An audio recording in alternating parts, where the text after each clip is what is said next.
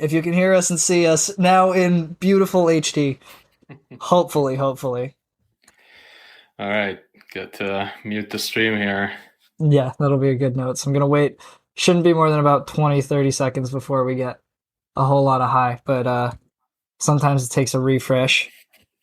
Yeah, that's right. Yeah, So isn't this, it kind of funny how Twitch has been around for so long, but just like restarting streams and like messing with the headline and all these kind of things still takes ages and this highly complex arrangement. it's Right? actually Isn't that weird? it's hilarious. Like some of the most modern streaming software, like I use Streamlabs, a lot of people use OBS, Streamlabs like a layer on Mm-hmm. top, and it doesn't even have a setting to change the message for your go live. You can change your title. You can always change the title, but you can't change the actual like pop-up notification that they see. Yeah. All right, we should be back up, but they're making jokes, which normally means it's not up. But let's see. I'm gonna Well, I check can on my see info. it. All right, well, I'm if you running the can see stream it, and I can see myself here, so that looks good to me. all right, there we go. Well, if you can see yourself, then we've at least achieved a mirror, which is a technological accomplishment unlike any other. So, go team, go team. All right, cool. Wow. Hello. Got Thank that you done. so much for coming by today. It is truly a gift that you're here, and I really appreciate you taking the time, especially finding your way into this whereby with effectively no instructions whatsoever, which is absolute magic. And I was 90% sure it was not you, and somebody was just Yeah, memeing me, but here we are. right. It did in Yeah, fact work. that would be accurate, right? That would be chat on Twitch. But I think you have pretty decent people My in guys the are good. chat. My guys are good. My guys are good, which is I'm lucky. Right. I'm lucky. Most people aren't. You know, if Yeah. I were on the other side of this, I would absolutely have named myself Arvid Kahl. There's no whereabout doesn't have Uh, security. You don't have to put in your social, right? They just ask for your name. It's very good UX 99% of the time. This one scenario, pretty bad. Pretty yeah, bad. yeah, that's true. Hey, I mean, if you want people like that who would do this, just put yourself in a hot tub, and you'll attract those kind of people, right? That shouldn't be a problem. And there's a And whole fully category. legal. There's a whole Yeah, category for it now. Yeah.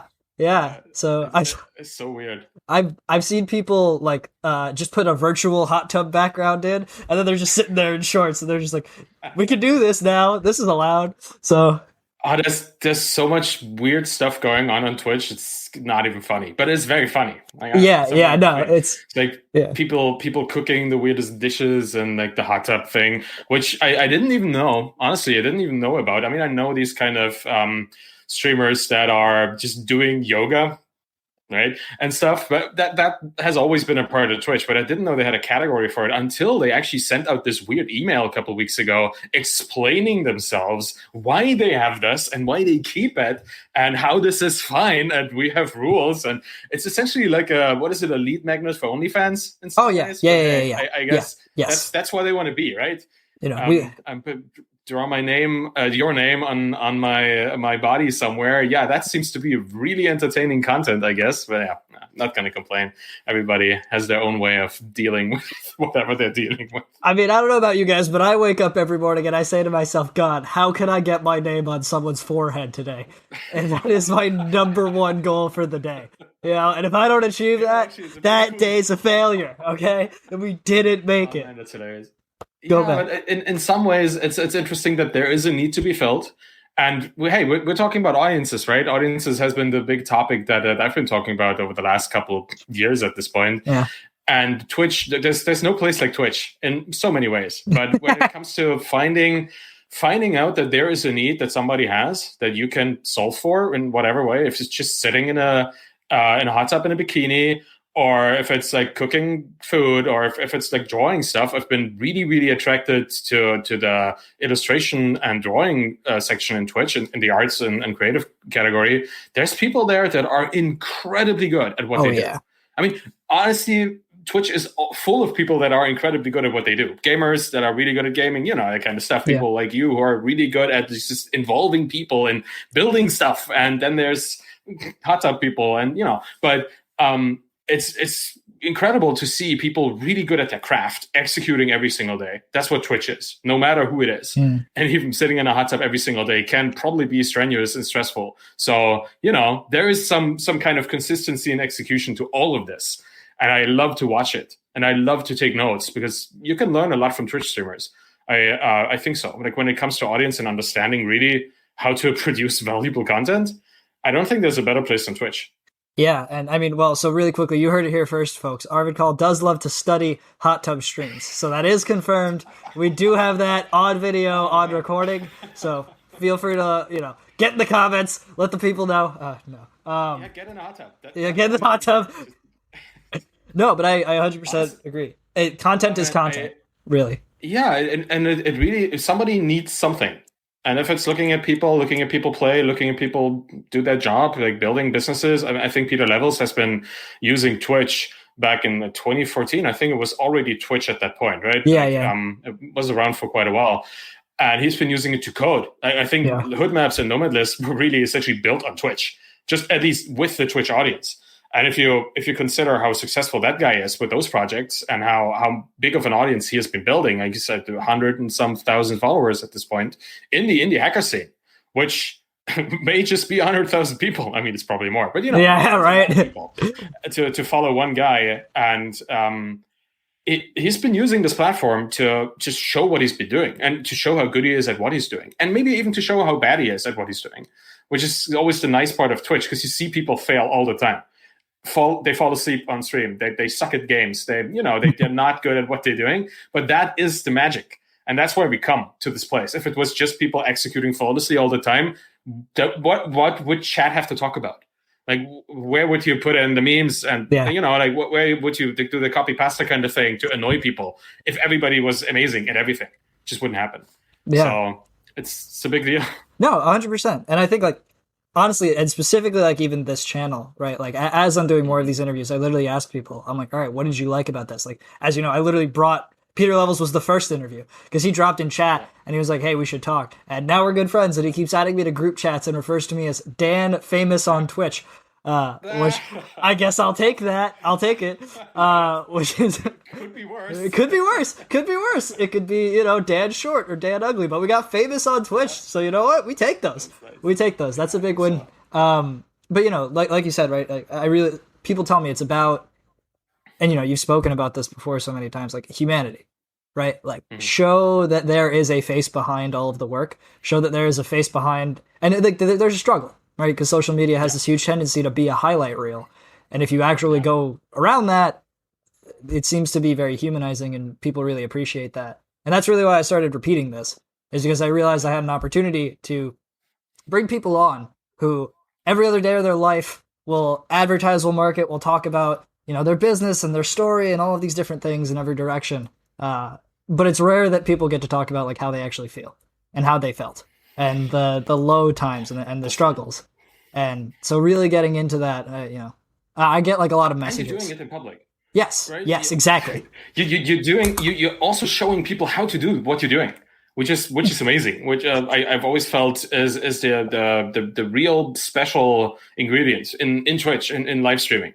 It's like your setup and the things you did earlier, trying to get this whereby situation to start.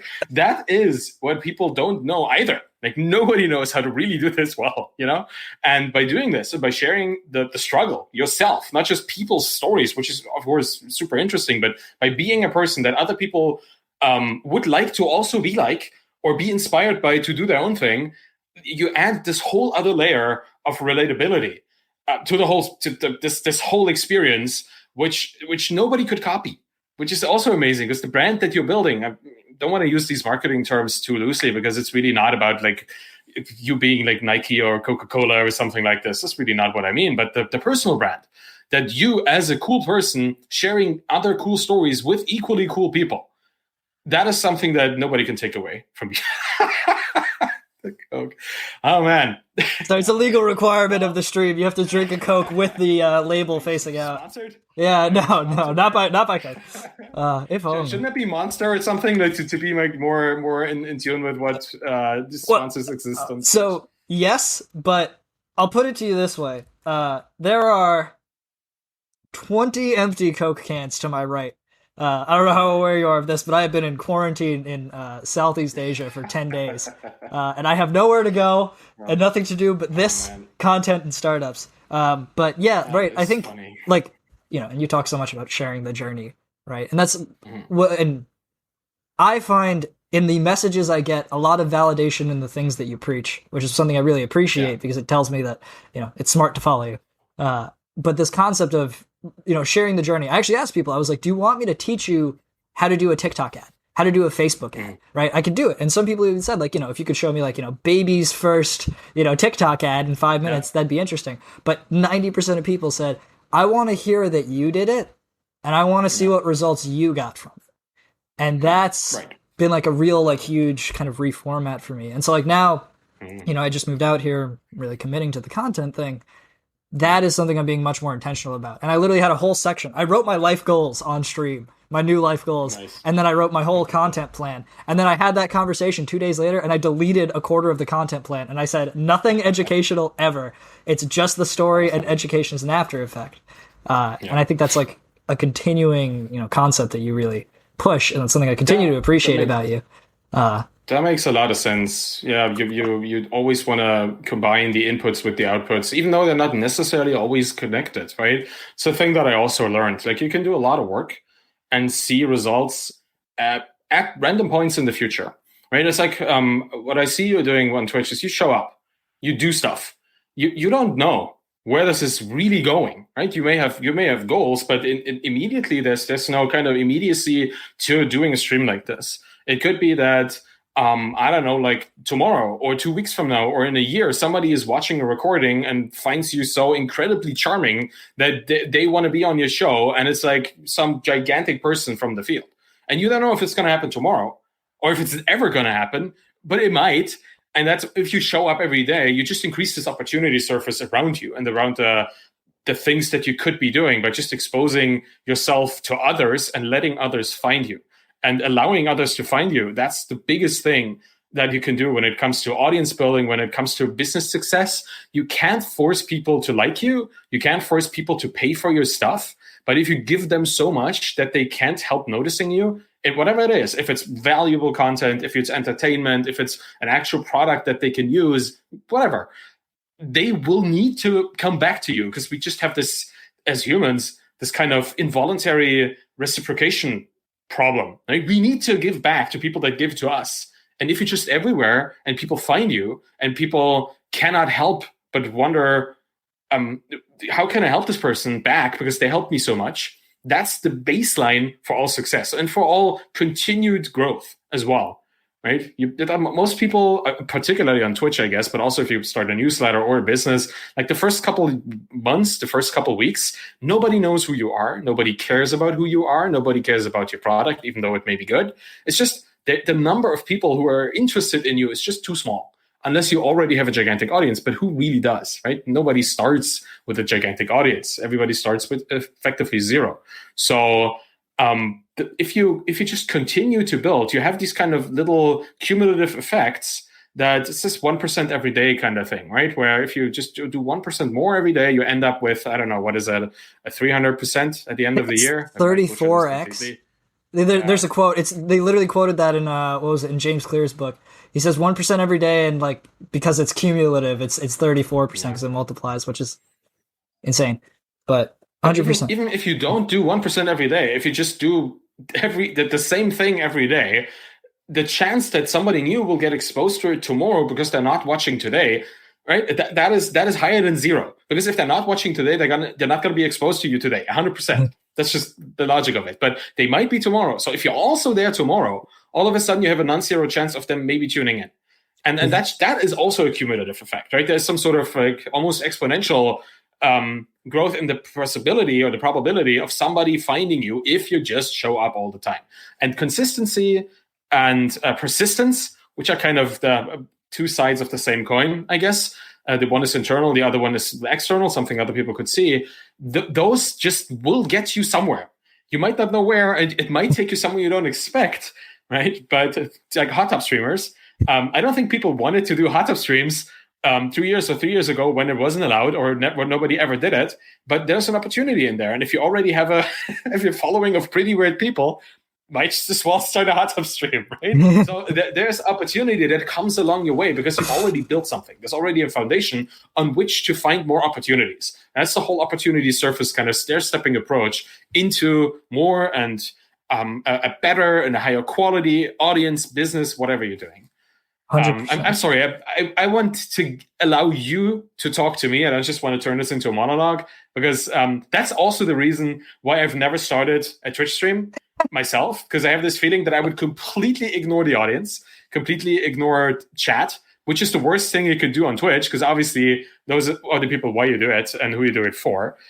So sorry, chat, if I'm hogging your chance to hear that Twitch famous Stan speaking. So just wanted to listen. It is titled podcast interview for everyone that wonders, and people are here to get to know you and your story and see you as a person that they view as, you know, someone to look up to, someone to be very successful in the world, and bring that down to reality. So do not, and I say this to everybody that comes on here, do not fret about talking too much. If you talk for 20 minutes straight and all I do is nod, I am more than happy. I am goddamn elated to be the guy nodding on the left side of the screen for those 20 minutes, because those 20 minutes are going to be that much more valuable. They hear from me all the goddamn time. They've been hearing from me for 150 hours straight. They could use a break. So I think they'll be more than appreciative of you. Good point. And honestly, funny enough, I was listening to this week's episode by Pat Flynn on the Smart Passive Income podcast. Yep. And he was talking about narratives and how to get people to tell their story. And he was pretty much saying the same thing. It's exciting to be able to have a chat with a person, but it's even more exciting for them to tell their story uninterrupted. And for you to just sit there and take it in and maybe put your hooks into different parts of the story to try to claw out more. But I know this, and I tend to go in tangents, so I don't really want to tell you 7 stories at the same time. But I do appreciate you just letting me talk, because, you know, I enjoy that. Because I have a lot of stories to tell. You know, that may be a reason for that. Yeah, no, and we're here to hear them, right? But like I said, I'm hoping to, by the end of this, have gotten through ideally some stuff that you haven't been able to get as deep in or as far in as maybe something else. Because I know you've been on more than your share of podcasts and told the same amazing stories and concepts 100 times. I should ask before I get too into anything, how long do you have now? I don't think we ever actually established a length of time. All right. Whenever. Famous last words, but I'll hold you to that. Couple hours. Okay, great. But I will say, so I just read your entire book. I just finished The Embedded Entrepreneur like an hour ago. Wow. And great book. And that stuff you were just talking about, this opportunity surface concept. What I really love is things that I've done and applied consistently in this Twitch stream that I'm intending to apply in the near term in my content. You have put terms to and like given depth to, which is always like the best goddamn feeling. Is when you're reading a book and you're like, yeah, that thing. I know that thing. Yeah, let's talk about that thing. And then you get to like read 7 pages about it. You're like, oh, I didn't even know this thing. And it's really informative in particular. But something that you said earlier was, you know, showing up is really valuable. Showing up gives you more opportunity. And that is true 99% of the time. But interestingly enough, I'll tell you, not as much on Twitch, actually. Twitch has a terrible discoverability problem. And because of that, the multiplicative like effect of you showing up every day on Twitch a lot of the times is actually 0, right? You know, you always talk about, you tweet on an account that has 0 followers. All right, nobody sees the tweet, right? It's about interacting, right? You got to know kind of where to put your time. And so sometimes people come here and they ask me about streaming and everything. And this category in particular of these science and technology programming nerds is actually the edge case, where we do have some discoverability. You can find people who show up, not a ton necessarily, but most of the people do come through networking. Do come through actually showing up on other Twitch streams, hanging out in chat. You get a raid here and there. And God, raids are the greatest thing in the world, right? If they had raids for Twitter, I'd crap myself with excitement. Yeah, that'd be awesome. Right? Oh man, could you imagine that? Somebody with like a couple 100,000 followers just like pouring them onto you. Right? That'd be neat. Yeah, no, and that's true. It's an amazing concept. I mean, it's kind of what a retweet is in a roundabout way. Yeah. All the same, right. But yeah, like you said, but not the same, right? It's much more involved array. It's like that actually gets people's attention focused on somebody at the same time. Yes, like really, really focused. Twitter is a bit more delayed, more async, I guess, in that regard. Yeah, it's very in the moment, which is part of the power, but part of the takeaway, right? Is when you stream, the content doesn't really repurpose itself naturally, right? YouTube is evergreen, right? An article, evergreen. Even a newsletter email you can look back on. But Twitch, it was here, now it's gone. And watching a VOD, like watching a recording of a stream, really doesn't work because it's not very intentional content. It's somewhere in between. And so you can't really appreciate it because you lose the interaction, which is 90% of the value. But I will say, right, you said, maybe there's a chance I show up every day. Someone with 100,000, a million followers shows up in my chat and decides that they want to do an interview. That's exactly what happened with Peter.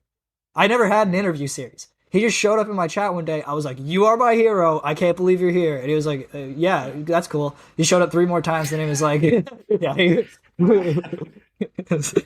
a great guy. I love him so much. Yeah, he's great, and I've been chatting with him as well. Like not on Twitch, obviously, but on Twitter and everything. And he's just a great guy. Yesterday, I was trying to do some research into the whole building in public movement because I feel this is a really, really cool topic that a lot of people need to get more clarity on. And currently my job is to provide more. Thanks for, by the way, for saying all these nice things about my book, because that's kind of where I was going to. So if you felt happy reading this and understanding those concepts better, imagine how much more happy I'm feeling knowing that what I wanted to do, which is like making these concepts clearer to my readers, actually happened for you, right? So that's where I'm at, and that's what I want to continue doing. So I'm kind of looking into this whole building public movement because that's obviously the next kind of step from audience building, where you kind of just find people around you that are interested in what you're doing or what business you're running. And then you kind of really turn this on its head and start documenting everything and start sharing everything, all your learnings, all your problems, all your wins, all your losses, everything is building in public, essentially. So I was looking into the history of this because I thought, okay, I know that building in public is a thing that's like 2 years old, kind of the phrase itself.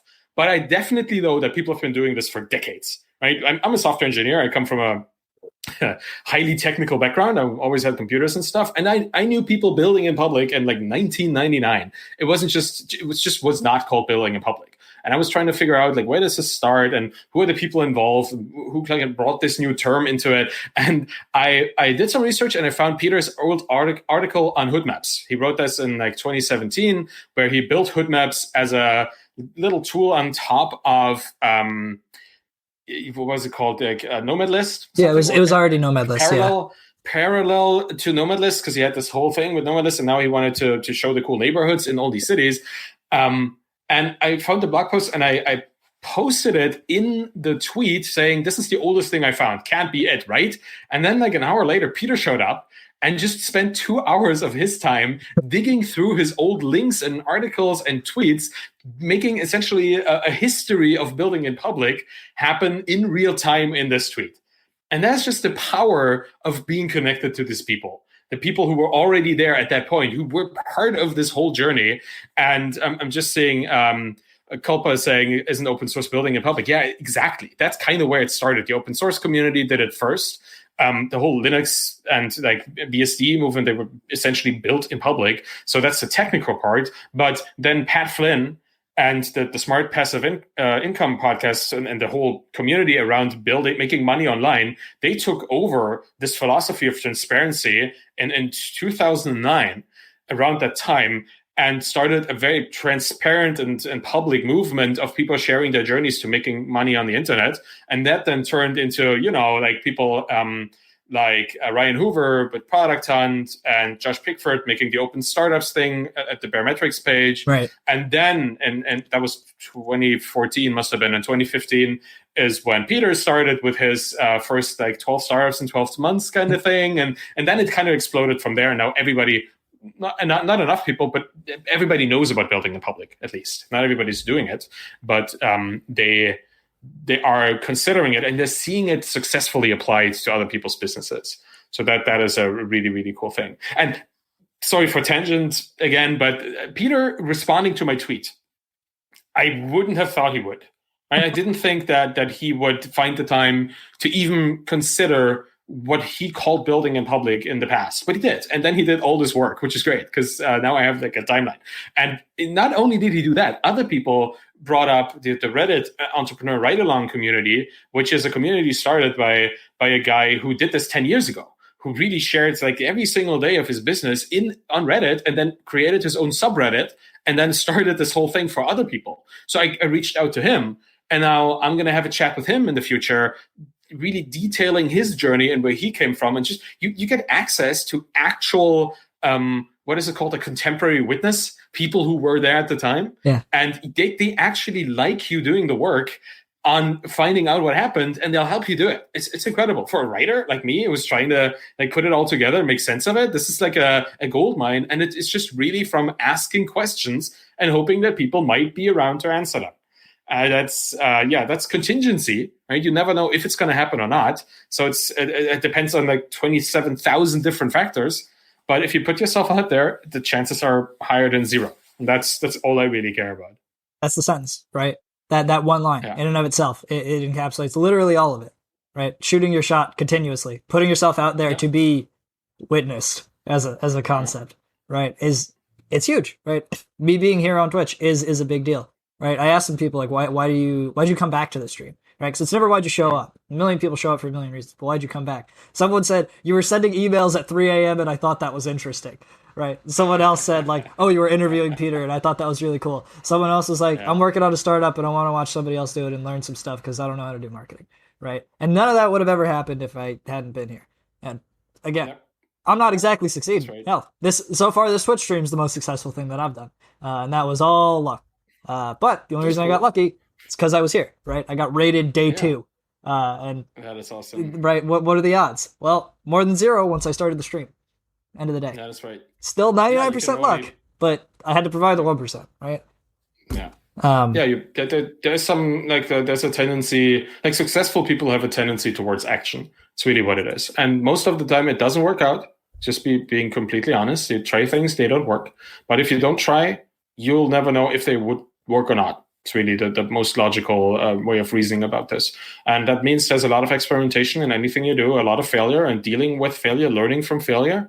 But failing is quite literally the best, because if you fail, you know one more way that you shouldn't try again in the future, the same exact way. And that kind of reduces the amount of possible ways that you could succeed in, or it condenses them into one that is more likely to be successful for you, right? And that I guess is the beautiful part of failing. And I've been building businesses for quite a while. Like I've been a software engineer forever, I guess. And I've been trying to build businesses with friends and alone over the last decades, really. And I failed a lot of times, just really for many reasons, like not listening to my customers, not building stuff that people needed, like not validating, all these startup reasons that people have that keep them from achieving anything meaningful because they're just approaching it the wrong way. But I could have never known that it was the wrong way if I hadn't experienced it that way in particular. So I carry my losses, which with more pride, I guess, than my wins, because they taught me more than winning did, because it's always easy to connect the dots after the fact. And I think the only way to connect the dots is after the fact. You can't really connect the dots into the future. So there's a lot of advice that I'm really careful giving, because it's anecdotal. It's survivorship bias always plays a role in that, and I'm trying to really, really be careful with this, which I hope you can sense in the books, that I never try to promise anything, but I always only try to express the frameworks that are underlying the success that I've seen for myself and other people.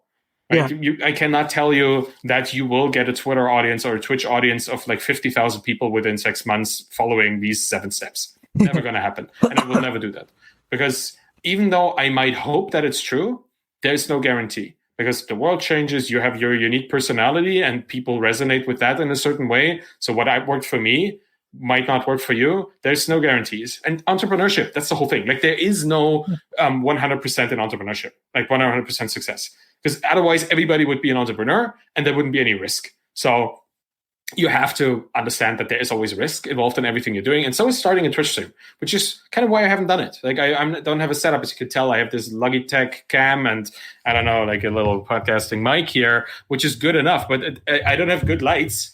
I mean, I have some lights, right? But there's no key, there's no insight, there's no contour, like there's no style to all of this. Haven't set anything up, and I would like to eventually in the future, but I'm just not there yet. There's always the risk that this audience here, like what you said earlier, may not resonate with my style as much as my Twitter audience does. So I will not know until I try, but at this point, I'm just happy where I am. And I think that's also a big part of feeling good as an entrepreneur, because there's always more risks to take, right? If you build a business, if you let's say you're building a SaaS business somewhere and you're trying to, I don't know, build a cool tool for a certain audience. Feedback Panda, the thing that I built and sold, the business, we might want to talk about that at some point, was a productivity tool for online English teachers. Actually, it was a productivity tool for online English teachers teaching English as a second language online through a web-based browser portal for Chinese companies that were teaching English to Chinese children over the internet. Yeah, so very wide audience. Yeah. Well, funny enough, there was when we started, there was like 5,000 of these teachers teaching for that one particular school that my partner Danielle, whom I founded the company with, she was teaching at that point, and there was 5,000 other people like that.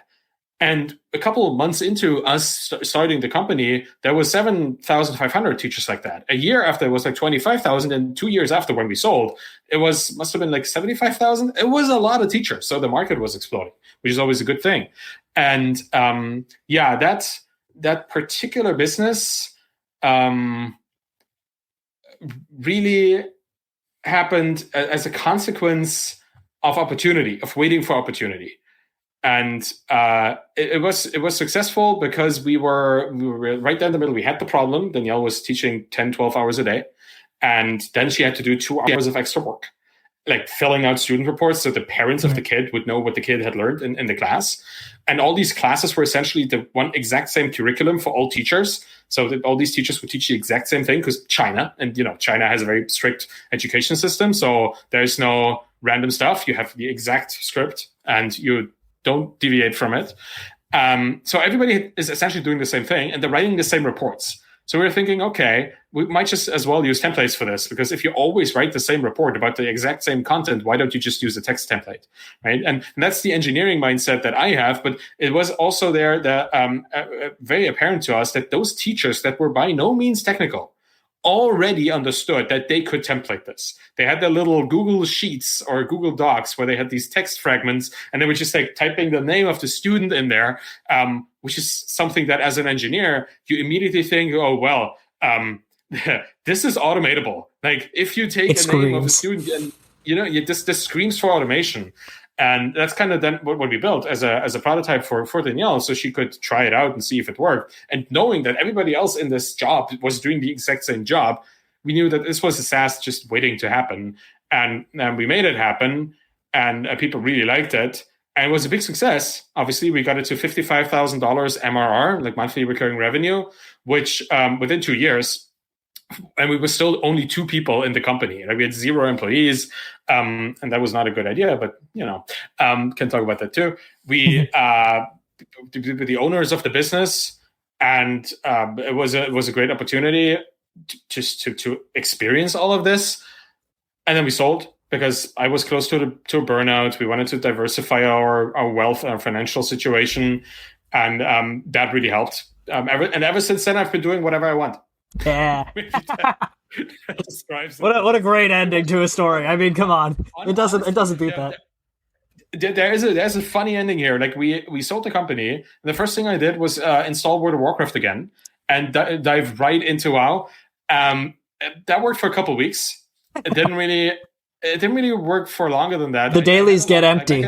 Yeah. The thing is, they've been over optimizing the game for daily engagement, which is I played the game back in 2004 or 5, 6 when vanilla was out, and everything was grinding, I guess, but it was still enjoyable because of the community. Like, I was in a raid guild. It was a different game. It was a different game. I was, and we were doing AQ40. What else was there at that point? Nax, Molten Core. That was the kind of stuff that MC, we ran Blackwing Lair and Molten Core, all that cool shit back then that we really, really enjoyed as a group of 40 people, like from all over Europe. It kind of also taught me how to speak English because I'm German, right? I Yeah, didn't yeah. really speak English fluently at that point, but World of Warcraft really got me there. And we had all these systems set up, like DKP, like Loot Council, all these cool things where there was a lot of group engagement, community management, and you had to make sure you dealt with the haters, you dealt with the cool people, and it was just a lot of fun. And I thought when we sold the business, that was 2019, July 2019, we handed the business over the next couple months, which was really easy because it was a highly automated and well-documented business. After all, I'm German, so documentation was the first word I spoke as a child, I guess. No, it was a great business to hand over. Documentation. Document? Well, it was just an easy transition. So I went right to World of Warcraft, and it was empty. It wasn't empty just because the dailies and the structure of the game was now much more focused on like the quick success. Even joining a raid guild, doing I don't know what was out at the time. It was when Dalaran. It doesn't matter. I don't want to go into the details here, but it was the extension before this one, right? It was it was a battle for BFA, battle for Azeroth. Yeah. And as fun as it was to do raids, it just wasn't the same because my passion that I had for the game had evaporated. Yeah. I was there sitting on my little fire mage, like blasting stuff, and it just felt like, this isn't fun. Why isn't this fun? Like people are having a great time on TeamSpeak or in guild chat or something, but I'm just really not enjoying this. And I reflected on this because honestly, if you run a business for 2 years, 24/7, and you're there all day because you're the only technical person and the only person that can fix a bug or help a customer that has a data issue, you spend a lot of time on your business. And we handed that over, hired a new developer, hired a new CEO and a customer service agent, and all the jobs that I and Danielle had, we essentially gave to somebody else. Mm-hmm. And then we were sitting here, and the straw thing was just like jumping through our apartments here in Berlin. I felt like, where did my passion come from? Because I don't have it anymore, and apparently it was kind of bundled with the business. I didn't even know that my passion for my life at that point was serving people through the business. And with the business now belonging to somebody else, I mean, it was great. We got a lot of money. We all of a sudden didn't have to think about work ever again at that point. And that is just crazy, the mindset shift that you have. But then you're looking at your day-to-day, and you're still sitting in front of your computer, just like a week ago when you still had the business. And you're trying to figure out, what am I going to do today? And the passion is gone because you don't have people you can help. You don't have features you can build. You don't have bugs you can fix. Like at that point, I would have loved to fix a bug, which no developer ever wants to really do. But I had nothing. Mm-hmm. So World of Warcraft didn't help. EVE Online didn't help either. I'm a big fan of that game because I just love spaceships in space. And the people in EVE are even worse than some other communities. But it's hilarious. Doesn't really matter. But it's didn't help. Gaming just didn't do it for me. So I thought, okay, I'm here now because a lot of people shared a lot of knowledge, shared a lot of their learnings from their own journeys in the past. I've been I've been reading a lot. I've been listening to a lot of podcasts in the years leading up to Feedback Panda, because I had a job in Hamburg here in Germany, which is 2 hours away from Berlin, where I live, by train. And I commuted 3 days a week at that point. So that's 2.5 hours twice a day, 5 hours 3 times a week. That's 15 hours of content that you need to provide to your ears or eyes during the train rides, because in Germany the Wi-Fi connectivity outside the city, so just regular cell phone connectivity, is just like -4 something, or if there was a number, it doesn't exist. Like 4G. Even if you add a tower, it's -4G. That's what it is. And it just did not. There was no internet, so I had to load my Kindle up with books. I had to load my Overcast app full of podcasts and stuff, and I did. I listened to all the episodes of the Indie Hackers podcast, and it was 2015. I think it was just a couple months after Cortland was starting with the podcast. That was really early. And I was devouring those things as they came out every week. And I listened to the other SaaS podcasts and Tim Ferriss and all these big people in the space. I read books like Built to Sell, The 4-Hour Workweek, and the E-Myth, and the Lean Startup, like all these startup SaaS books. I just devoured the experiences of other people. And that was a really solid foundation, because all these different experiences by founders, by hackers, by people in just doing stuff, people doing actionable stuff in their lives. That was super motivating.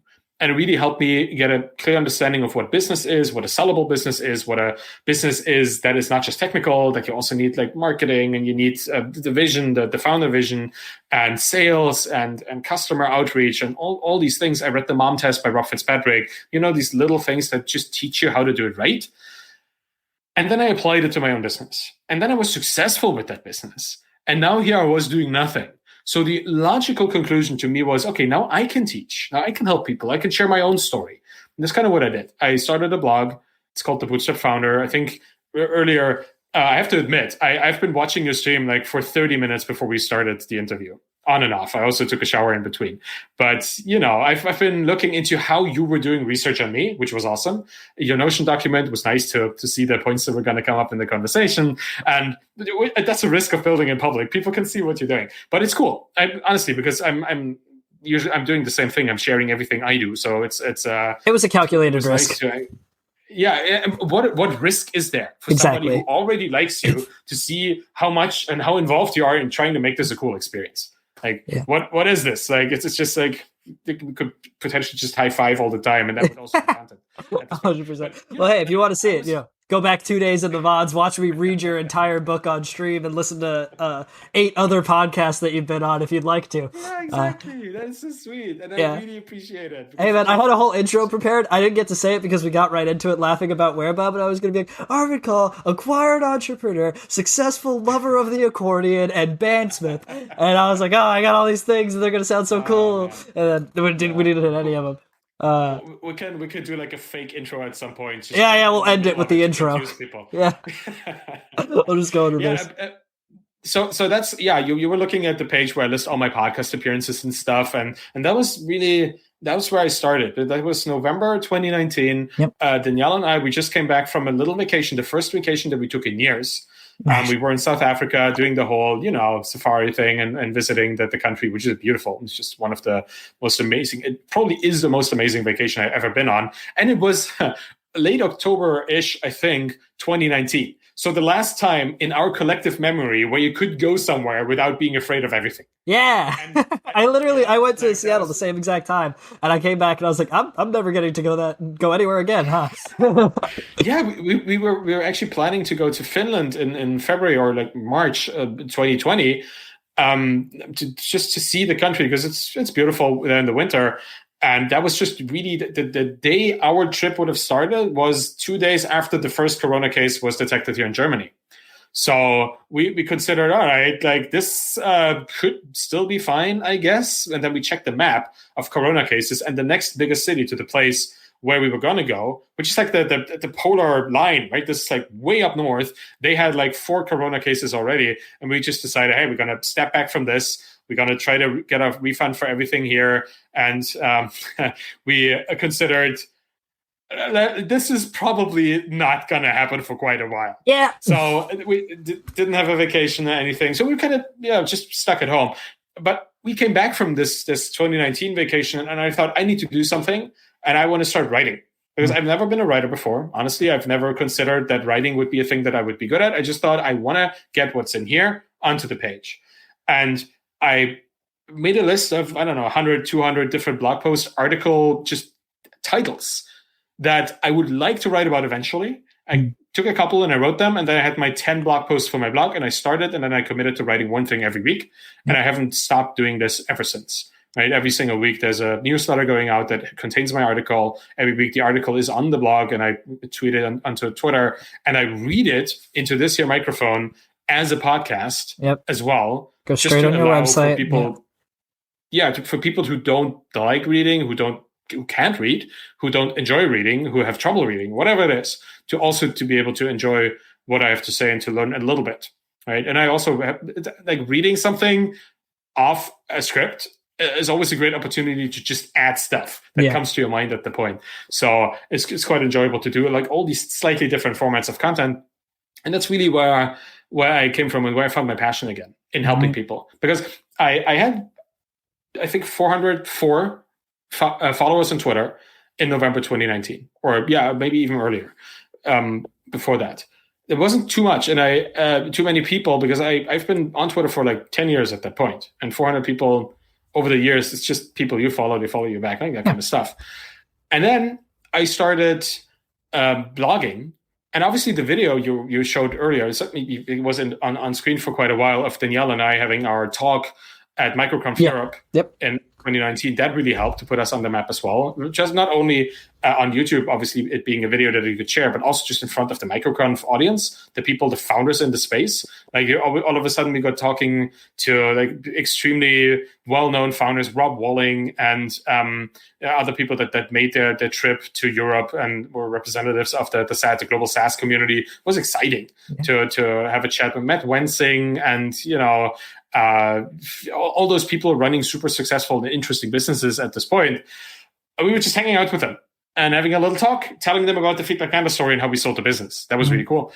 And that put me on the map a little bit. And I used that to then further grow my audience. And I just considered, how can I keep providing them with meaningful content every single week? That would be through these three things: newsletter, blog posts, and podcast. And I just continued. I talk to people all the time. You probably know that, following me on Twitter. I try to get into conversations as much as I can because it's exciting and I want to be part of it. And I want to help people find more reach and just retweeting their stuff. That's what I do a lot, just engaging a lot, empowering people as much as I can. And that has led me to, essentially write stuff so much that people said, hey, write a book. And then I wrote a book and they read the book and they told me, hey, cool book, write another book. So I wrote another book and now you've read that book and you've told me that you like the book. So yes, that's where I am. There you go. Start to finish. Amazing. Wild.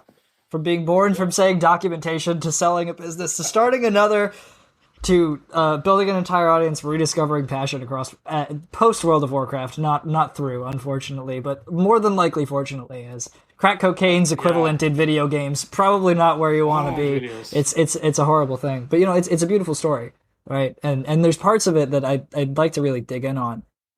Where sure. It sounds like the obvious moments where things might have gotten more tough, right? Because this is, what a beautiful story, right? And it's so amazing to hear that you've rekindled and refound your own passion in this new teaching, this community, right? And God bless. And you've been so empowering and so kind, which is obviously one of the things that one of your foundations, which is and I share that very strongly. Mm-hmm. That level of we're really just here to help others, and at the end of the day, that comes around.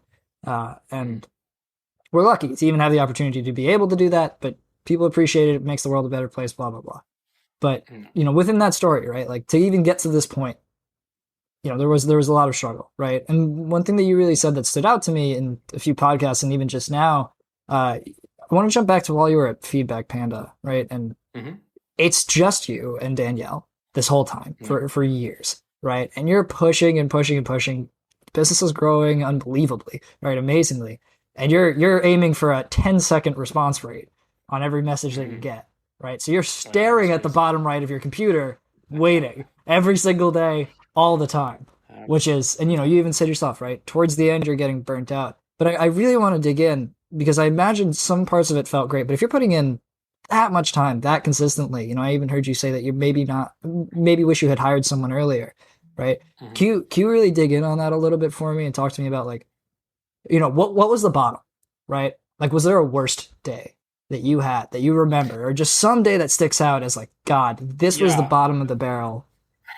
I think I have a couple of those. So thanks for digging into this. I really feel that talking about mental health in entrepreneurship and dealing with stress and anxiety is something that is extremely underrepresented in the community.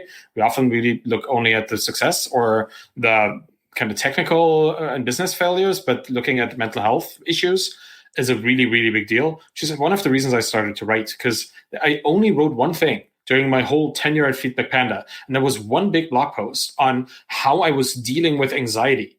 That was the only thing I ever wanted to write about. I didn't have time to write because obviously I was involved trying to get super low response times for customer service interactions, trying to fix bugs minutes after they appear, like trying to really be focused on the customer experience. That left very little time for myself to reflect on my own life. And I didn't find time to write anything but this one gigantic blog post that I never published because I just needed to pour this out. I was saying I have all these things whenever an alert goes up, and the intercom chat noise, like this little chat bubble that is on most websites somewhere in the bottom right, is usually the intercom. That's one of the companies that offer this, and they make a little noise, a little bing, a little sound. I have still to this day intercom chat bubble PTSD. I'm not kidding. I literally have increased heart rate and palpitation, and I start sweating slightly when this noise comes up, even if it's just on some other website where somebody has implemented the little chat bubble. Because whenever that happened, the likelihood of it being an actual problem for the business was quite high. Somebody reached out, like 2 or 3 people. We had 5,000 customers at some point, and it was only me and Danielle manning the chat thing. So whenever a problem would happen, like the servers are down or the integration broke, you would get these bing, bing, bing, bing, bing, bing kind of thing. And even thinking about this is causing me stress right now. So I'm trying to talk myself into calmness at this point.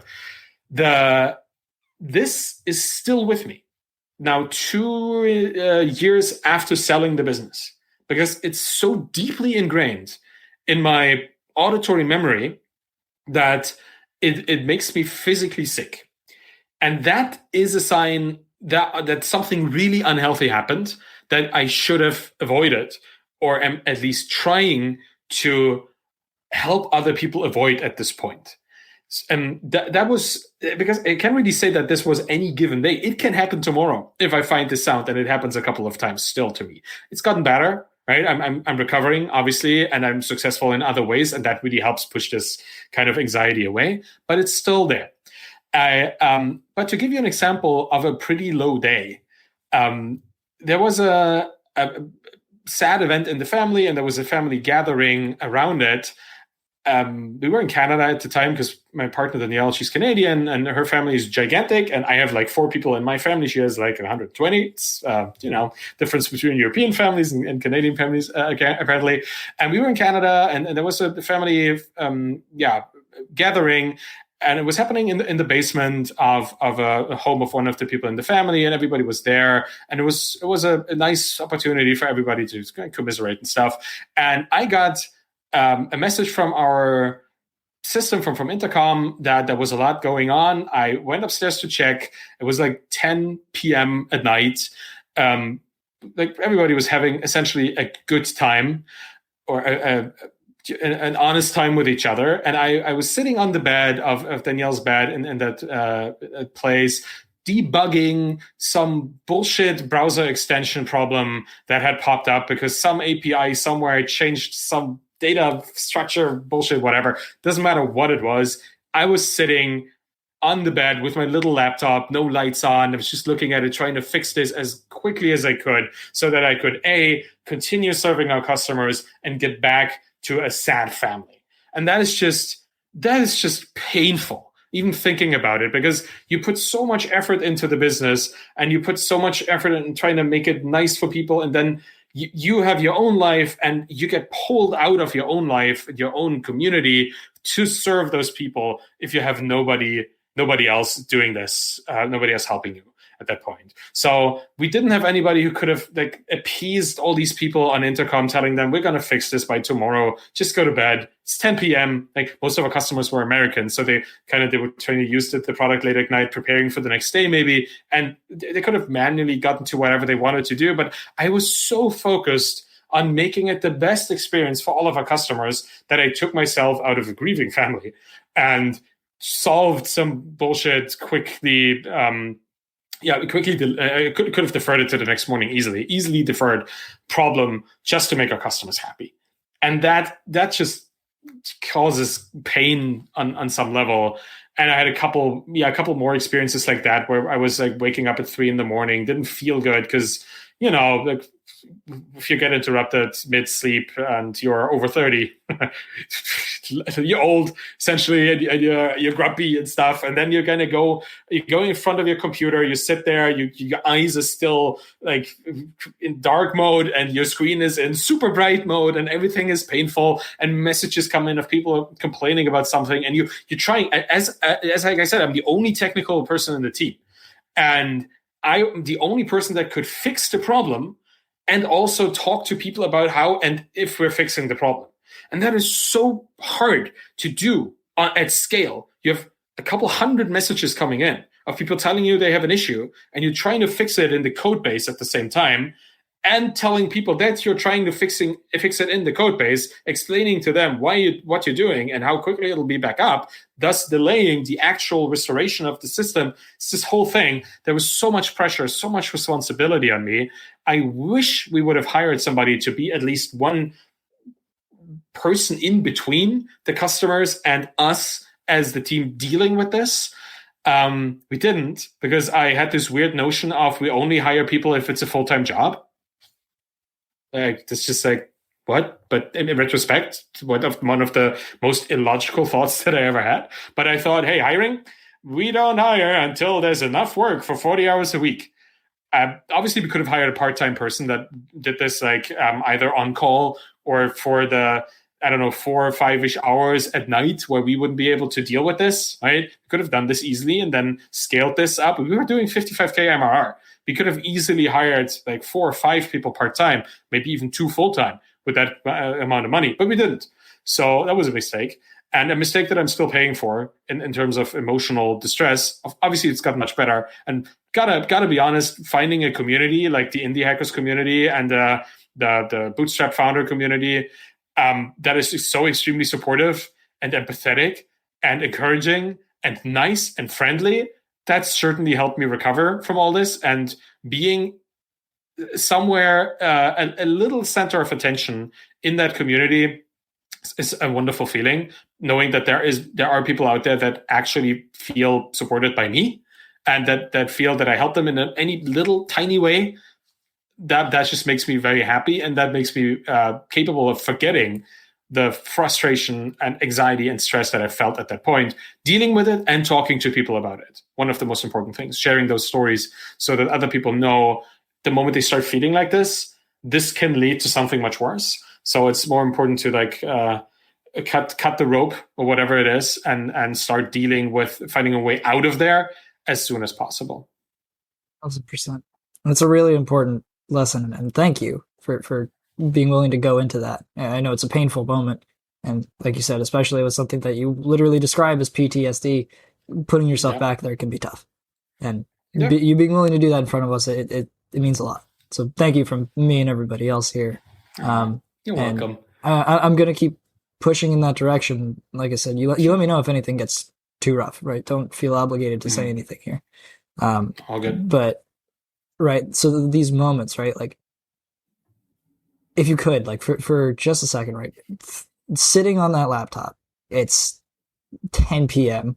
at a funeral and you're trying to fix a bug, right? What was going through your mind in that moment, if you remember, right? Like, what was the like exact emotion? What were the thoughts? Were you questioning everything? Were you just trying to push through? Was it the type of moment that brings you to tears, or the type of moment that really caused anger? Because I think that a lot of people have these moments and have these emotional responses and think less of themselves for it. And I'd like, if possible, for people to know that such a thing exists even in somebody who's gone so far. Yeah. Well, the one emotion that stands out to me in my memory is that I felt like I was losing control. Or I had lost control to a certain degree, because the thing that I was repairing at that point was a browser extension that was integrating with another company's product. Like one of these online schools, I said that earlier, they were all web-based. So you could essentially integrate with their product just by building a browser extension. And that's a lot of fun, because it's cool that you could just like hook into somebody else's tool and interact with it just through JavaScript. It's cool. It's fun. But it also means that if they change their product, you have to change your integration. And these companies, they were Chinese companies, they didn't do partnerships with anybody. They wouldn't tell you when they were going to change anything. So we were kind of consistently on the hook for potentially having to change their integration when they decided to change their functions or for their product. And we would never know until the moment they changed it and they deployed it. So it was always a game that could happen at any time, where our extension would break, and then I would need to rush and try to fix usually just a little change, like a couple lines of code, couple, HTML elements had a different name. I changed the name and redeployed it to the Chrome add-on store, and it would work again. But them changing their product was out of my control. And there were no ways for through our business development or partnership efforts that we could get to a point where they could give us those changes ahead of time. Pretty likely that they never even had a change log or even a change process. They just deployed random stuff. It just felt like they were not very professional when it came to the way they deployed their software, but that's a completely different complaint. It just impacted the way that we had to deal with it. So I was sitting there fixing this bug, knowing that if they decided to have another breaking change tomorrow at, 4 a.m., I would wake up because messages would pile in at 4 a.m. tomorrow, and I would need to do this thing again. And I was like feeling, is this something that I want to do forever? Do I always want to be on the hook for this? Because somebody has to be. And as much as this is a job that I could have outsourced to somebody else, we would have to train this person in being so flexible and understanding the complexity of everything to quickly deploy a change to our browser extension without involving me, for me to not be involved in this anymore. Right? If I hire some junior level coder and they try to fix it, but it takes them like 6 hours, and then they still need to get back to me to review it, what have I won? I've just really lost 6 hours, and I still need to look into it. So my brain was like, why are you doing this? Do you really want to do this for forever? And hiring somebody never really appeared as a solution to me, because these things happen so sporadically. And we had a product that was like mostly feature complete that we didn't need more engineers. We had built such a niche product for such a niche audience and a niche group of users that they were super happy with what they got. And unless there was a big change in the ecosystem, like all online schools switched from video-based education to VR-based education or something, our product would continue working. So we really didn't need much of an engineering team, more like marketing and sales for that matter. And I didn't have a good reason to hire an engineer. And my brain made it very clear to me that there was no good reason ever to hire an engineer. And that was kind of what I felt. Loss of control. I couldn't do anything about it, but I also didn't want to do anything about it. It was a weird situation. And I still kind of struggle with involving more people in my projects, because it feels like, yeah, but do they really know what this is about? Right? I'm running a podcast, a newsletter, and a very active Twitter presence. I probably could have a personal assistant dealing with podcast clips, putting them on Twitter, sourcing really cool links for me to look into and then put out to my audience, or finding communication that is happening somewhere else right now that I should join, or podcast prep, podcast editor, podcast manager. There's all kinds of things where I can involve other people, but I still have a problem with that, because I feel like only I really know what it should be about. It's an issue. So that was in that moment, it was like, I would like to have more control, but I also would like to find somebody else to do it. So this kind of dissonance that I felt. And I never really felt that I wanted to give up what I was doing. It just felt like more and more of a burden, more and more of a stressful thing that I was carrying around every single day. Like I developed, like I said, physical responses to emotional stress. And I still have some of those, and it's not nice. It's definitely something I never knew could happen, because I was a super healthy, energetic person. I still am very healthy and energetic, but different at this point. That all of that went through my mind at those points when I had these moments of, all of this is on me. And all of this is something that I have to deal with. And if I don't deal with it, then the business could potentially implode. And all this value that we had. And at this point, we were already considering our business to be worth a couple $1 million, because that's what the valuation of a business with $50,000 MRR in the SaaS space in the growing market was. I didn't want to lose that. I felt like, and it's a family business too, right? Danielle and I, we were business partners, we're life partners. We just recently bought a house in Canada. We're moving soon. There's a lot going on, and I didn't want to risk destroying all this value that we've created, all this wealth that was really locked up in the business. So I forced myself into getting closer and closer to burnout, which never really happened, but I was very close, or in the middle of it, I guess. And that was very, very stressful, because that's anxiety that you can't really share with anybody. So even Danielle was somewhat stressed, by far not as much as I am, because she's better at dealing with this.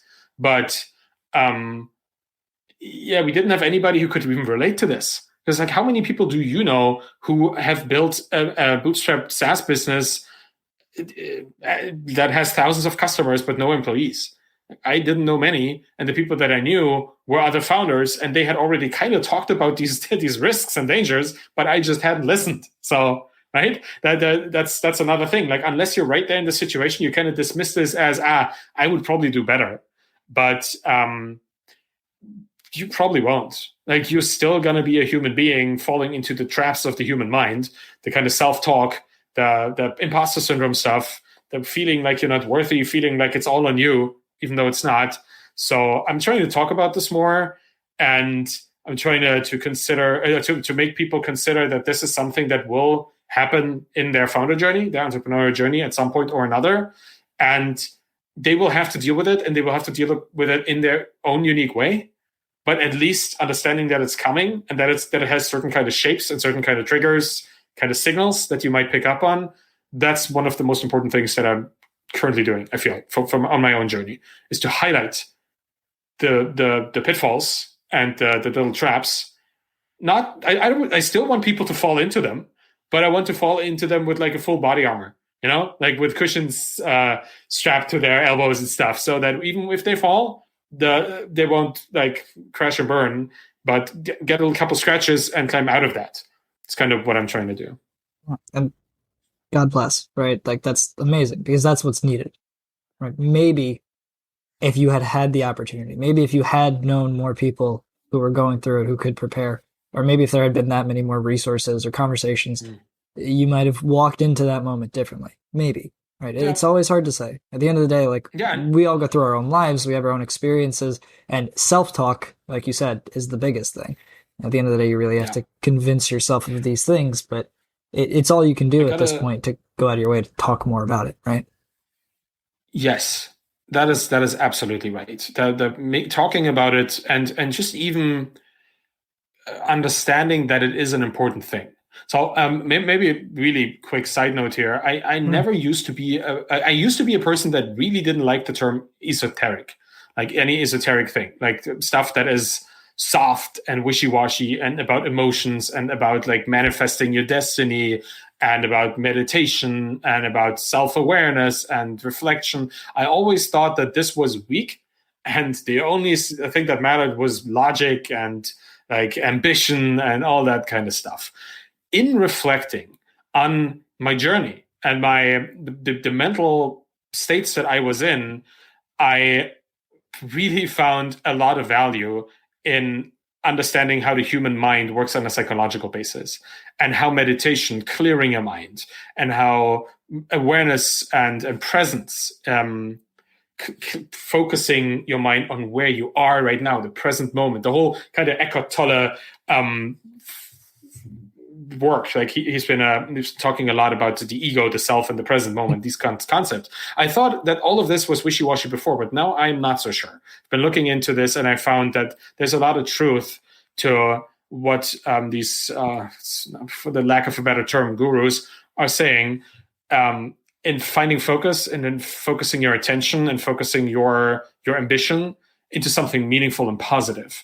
And it can make a big difference in waking up in the morning and doing just 2 or 3 or 5 minutes of meditation, just trying to clear your mind, or doing journaling, writing whatever's on your mind. After doing this, morning pages is really helpful. Clearing your mind, just writing whatever comes to your mind. Doesn't have to be cohesive, or you don't want to read it ever again. You just write for 3 pages, whatever size pages you use in the morning. That's all you do. So you take all of the stuff that's still in your mind from the day before, from the night, and you write it out, and it leaves your mind. So you start with a fresh and empty mind that is able to focus on things much easier. And I would have never thought that this stuff would work, because I thought, if you're just focused enough, in whatever you're doing, you'll be super successful. Or something. Yeah. No, but I mean, people miss humanity. This stuff, right. and connection to the self. Like we are so focused on our exterior accomplishments, like building a business or MRR numbers or follower counts or whatever, that we lose touch with who we are, with who we who we want to be, where our path is leading us, what kind of visions we have of our future, what goals we have, how we do this, all of that is suppressed. And only the external things, the measurable things, the metrics, those are the things that we share, that are the things that we care about. And that's a big problem. You're missing the mental health metrics. Yeah. Right? Like people will go off for hours about customer empathy and completely ignore self-empathy. Right?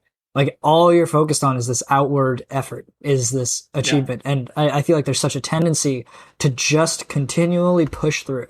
And everybody just tells you it's going to be really hard, just push through. Just keep going. Yeah. Which is sometimes very true, but also it misses the part where you take a step back and think about it, right? Take a step back and actually recognize that you're okay. I was having a great conversation with my buddy Don a few days ago about, reaching for success is this infinite goal. And if you have an infinite goal, you will be on the journey forever, which means you can no longer enjoy the accomplishment. You have to enjoy the journey. And if you just keep fucking pushing, forever, with everything that you've got, congratulations, you've now made a journey you almost by definition cannot enjoy. Yes. And it puts you in such a hard spot. Yeah, that's interesting because this whole infinite game thing, that's a book that I'm reading currently by Simon Sinek. Like, obviously, Infinite Games and Finite Games was a book from, I think, the 80s. And Simon Sinek took up the theme and wrote another book. And he's also the guy behind Start With Why, which is a whole other question that is central to this, right? If you don't know your why you're doing stuff, it's a whole. Your how and your what is arbitrary. Because if they don't connect to why you do things, then whatever you do doesn't matter to you. And it's funny that the same author also wrote about infinite games. And I really like this. It was really nice. What he said in the book was there is no, you cannot win entrepreneurship. You can definitely win a race to MRR metrics. You can win the race to 10,000K, but you cannot win business, right? So business is the infinite game that you play so you can keep playing. And then there's finite games like, I don't know, a soccer game or a tennis game where you know the exact rules, you know the participants, you know who wins and how winning is determined. But infinite games like business or self-love, empathy, those more conceptual things, there are players that join the game at any time. Sorry, funny. And there are no rules really that are unchangeable. The rules change all the time. The players change all the time. There is no winner. There's no loser. There's only people who keep playing the game. And that's what I want to focus on, right? That's really what I want to make people aware of, that the moment you consider everything you do an infinite game that you play to keep playing, you stop looking for hacks, because hacks are finite game strategies. It's like if you play tennis and you try to outsmart your opponent and do a lot of lobs, a lot of short balls just to get them to power, like to lose their energy or something. Those are hacks, because if they're smart, they'll find a way to counter this, and then they fight you with kind of your methodology, right? It always comes back to you. Hacks are something that only works for a short time, and then they stop working.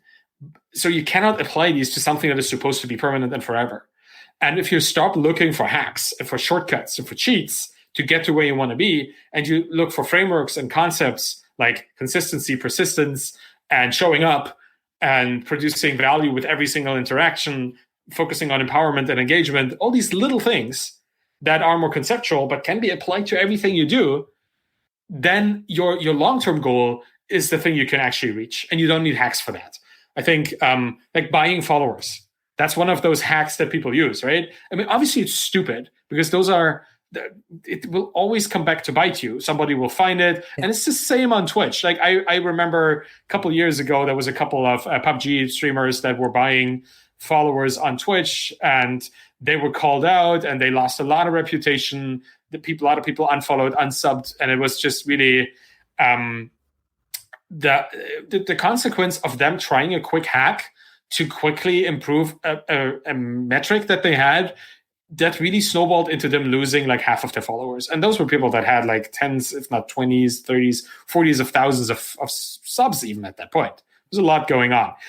Not going to name names. It was just pretty sad. That showed me back then, and it still shows to me today, that if you think you need a quick hack for anything, you might be missing the bigger picture in which this is happening. And I see Crows asking this, what if you need hacks for a quick thing? Well, why do you need a quick thing? Right? That the question here is there's really enough value in the quick thing? Because there's a lot of things that if it's a quick thing, everybody can do it. Consider that, like, spending money on Facebook ads or buying followers on Twitter, anybody can go to these shady darknet websites and get 50,000 followers for a couple $100. So I know that's maybe not what you're asking, and you can be more specific. I just put it in chat. But the quick thing is the thing that's a low-hanging fruit. And low-hanging fruits are usually taken by everybody. The high-hanging fruit, or actually like grafting another tree off the tree and planting it, seeing it grow and consuming all the fruit, that's the long-term play. And that's something that no quick hack can really help you with.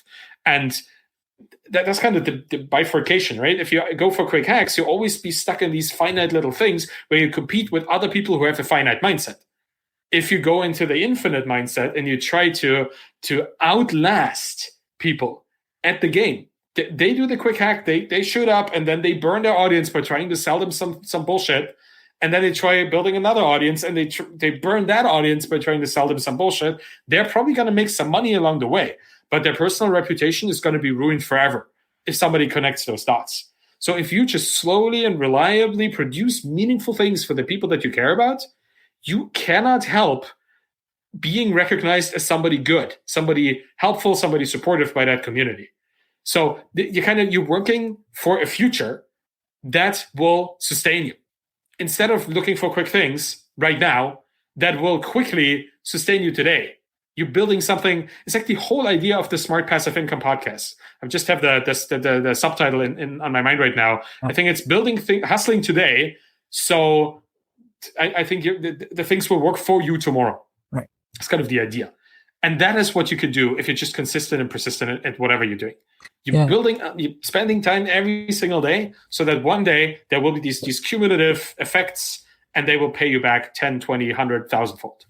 And I think a key point, right, is especially when you view things in the infinite, is acknowledging what resources you actually have and how those play out through this game, right? And mental health being one of them, and like your physicality being one of them, right? Now, you've had a huge win with Feedback Panda, an amazing success most people could never dream of.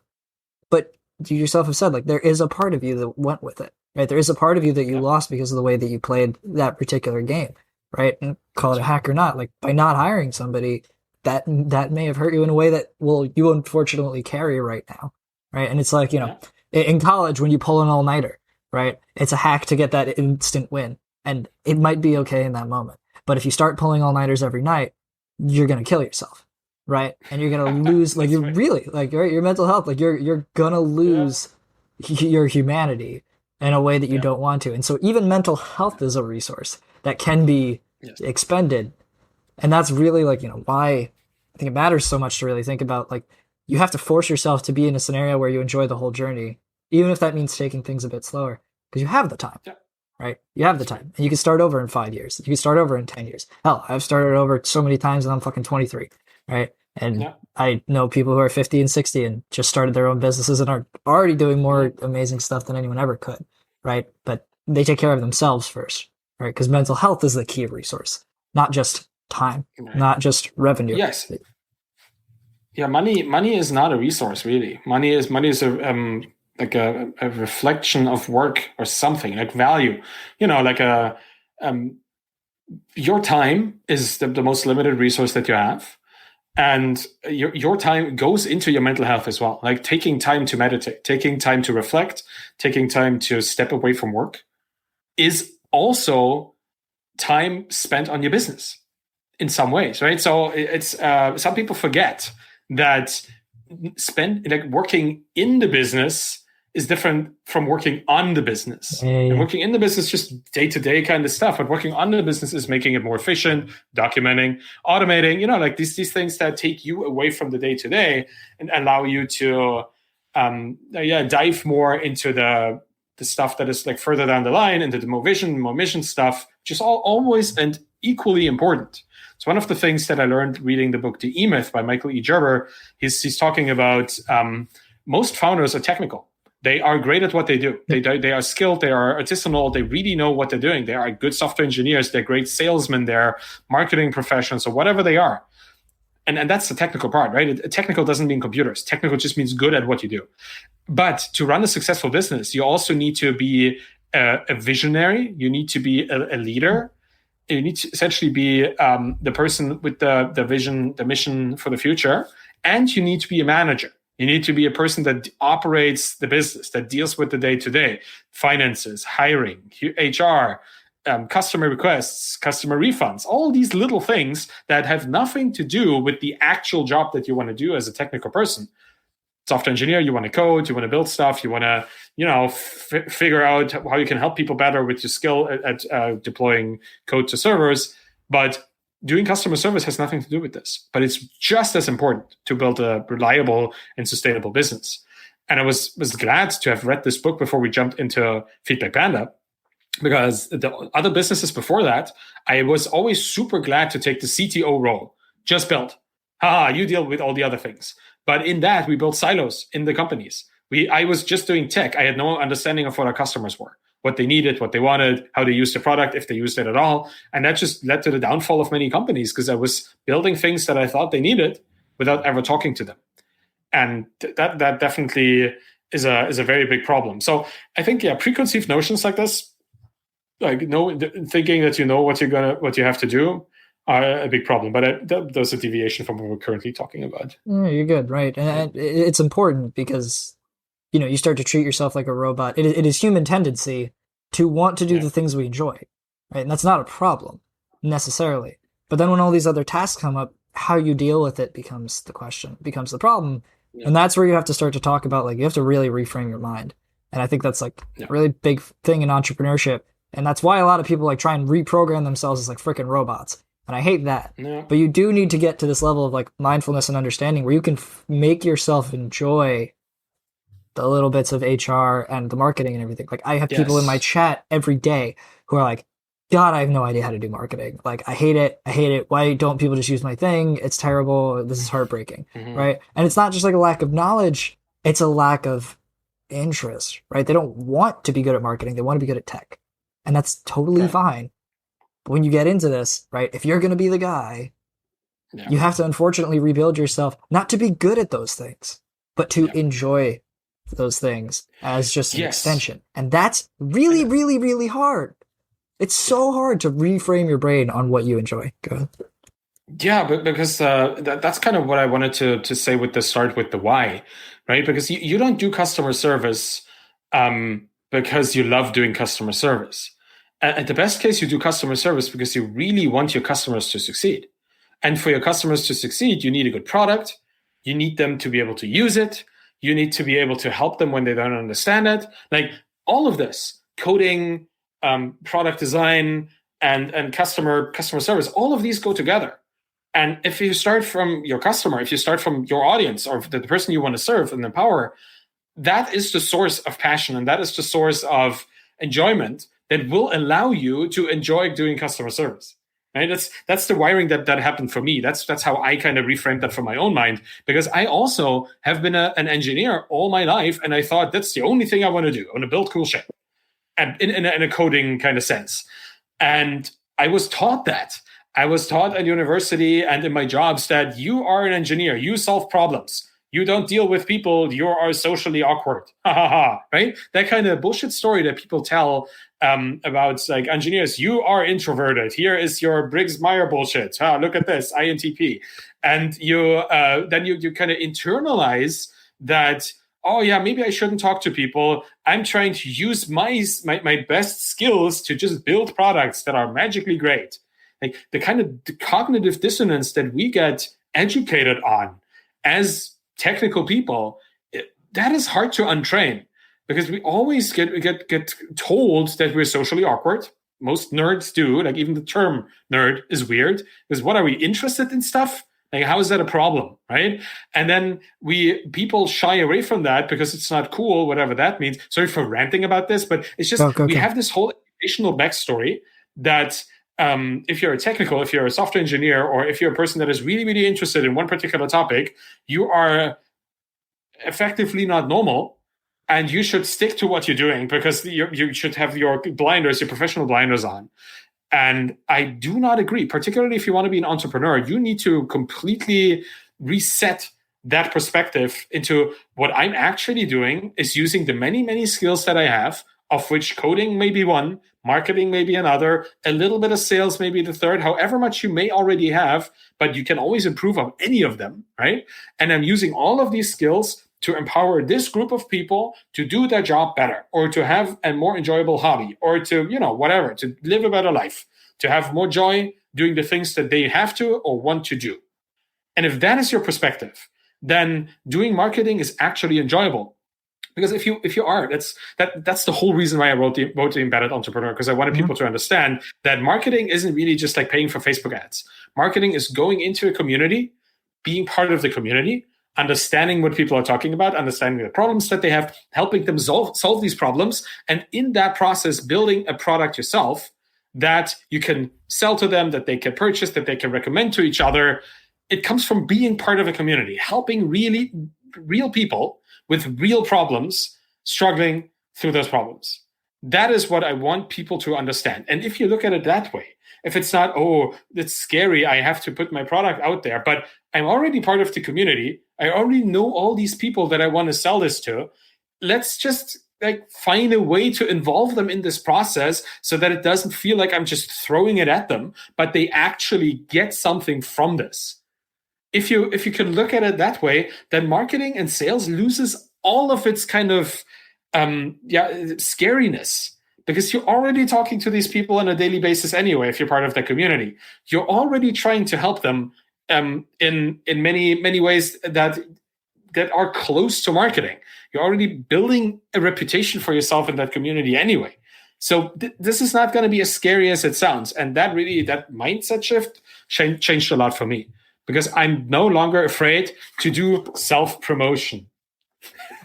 Because why wouldn't I? It's something that helps other people. And it's something that, like this book in particular, I wrote with 500 readers. Right. 500 people from the community read my draft and said, this sucks.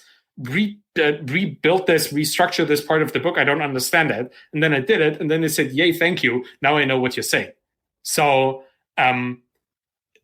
why wouldn't I share this with people who I know can benefit from this? And I only know this because I'm part of their community. I know who they are. I know their names. I follow them. They follow me. Yeah. Right? It's not something where I just have a billboard somewhere out there hoping that people look into my stuff. No, I'm right there and I know who could use it. That's why I made it. Yeah. And I love the reframe, right? And I love that a lot of what you've done with this sort of different framework is in this wonderful book, run the book command in chat. That is the thing I had prepared. It's a great book. I read it. And if you don't believe me, watch me go back in the VOD for the past 48 hours and watch me read it. But this reframe is so valuable, because, so I'll say this much, right? Sales can cause so much flipping anxiety in a normal business. If you haven't done all of these things that you described, right? And marketing can be so anxiety driving, and that's okay, right? Your excitement doesn't magically make you an extrovert, right? Your passion doesn't magically change who you are at your core. It just means that you really want to get it done. And even if that just means you're excited to go hire someone to do it, or excited to find a friend to do it, that still counts, right? I do that, right? I hate cold sales. I will build a frickin' email scraper that automatically does it for me, so that by the time I make a call, they already like me. And if they don't, I don't have to hear about it, because it's in an email account that's run by an API that I've never seen before. But I like it. Thank you. Yeah, that was literally my first Twitch project. Right, but the magic of what you've done with this premise, and I will say, right, it's much less instant gratification, which is the entire world runs on that, unfortunately, now, even myself included. But you show that taking the time, right, puts you in a scenario where what you're doing is actually not just functionally easier, but mentally. And that's what I really appreciate about it, right, is you're not scared of your friends. And now the people who would buy your shit are your friends. And that's really, really different than how most people do it. right? And it gives so much more opportunity for people to feel comfortable doing this. And that is a level of encouragement I think everybody needs, right? Because a lot of people just need to be shown that they can do it. A lot of them are constantly like the self-talk gets very, very discouraging. And so providing a framework is amazing because you've given an instruction booklet. But explaining that this framework actually has these outcomes of do entrepreneurship but don't feel like shit all the time, potentially, no aggressive promise, but easier. That I found was really the value prop, if you will, like is really like what you can take out of that. Man, I should have led with that. That would have been a great subtitle for the book. It's yours. It's yours. This is all recorded. I'm going to send you the recording after this. It's all you. Do whatever you want with it. Well, thanks for phrasing it that way, because that's really subconsciously maybe what I always want in anything that I talk to people about. Because chat right now, I'm a millennial. How am I supposed to not feel like shit all the time? Yeah, we have been educated in this kind of mindset, right? That everything we do is kind of wrong. And look at the boomers and how easy they had it. Why isn't that as easy for you? And that kind of stuff. I resonate with that, and I understand it. But we can do better. And I think by focusing on community and focusing on actually helping people that we know and like, instead of hunting cash in industries that we hate, right? Like building tools for people that may have a lot of money, but we don't like what they're doing with it. We can get closer to actually having a meaningful impact, not just on them, but on us as well. Right? Because I think I write books for people that I want to help. I'm not writing books for people that I don't like, which is why you don't see me writing books about venture capital. Not that I necessarily hate VCs or anything like this, being an investor myself, kind of, but I do not like this focus in the startup industry where everybody thinks if they don't raise a seed and a Series A, they're failures. I just really don't subscribe to that. I think building a business that is sustainable, bootstrapped, indie founded, maybe get some funding from, I don't know, Earnest Capital, Tiny Seed, these little kind of accelerator style bootstrap compatible funds, that is so much better. You retain control over your business. You don't need to go hockey stick. You don't need to be the 1 in 100 companies that makes it and the other ones suffocate, right? You don't have to have all this weird of expectations that your investors have on you. You could just build your own business. You can build a lifestyle business, and whoever came up with the idea that lifestyle business is an insult is an idiot. Like, who doesn't want to be living on the beach and just taking a couple emails a day, and that is their business and it pays for everything? Why would that be a bad thing? If every single entrepreneur could reach that level, isn't that something we should kind of want in a society, for people to live the life on their own terms? So a lifestyle business, to me, by definition, is something that just pays for your rent, it pays for your mortgage, it pays for your food and whatever you have, and then it has some so you can save, so it can pay for your retirement as well. Anything, I guess, for me as a German, it would be something that makes like 10 to 20,000 euros, which is the same amount of dollars at this point, a month, has a 95% profit margin or something like that. So I come home with like a low 5-figure whatever amount of money.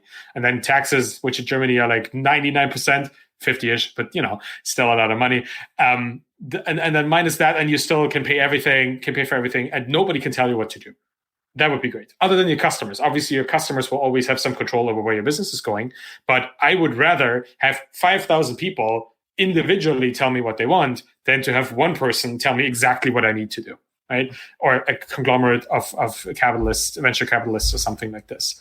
And hence, I don't write for people who prefer that way of building a business. I am absolutely fine with them doing it.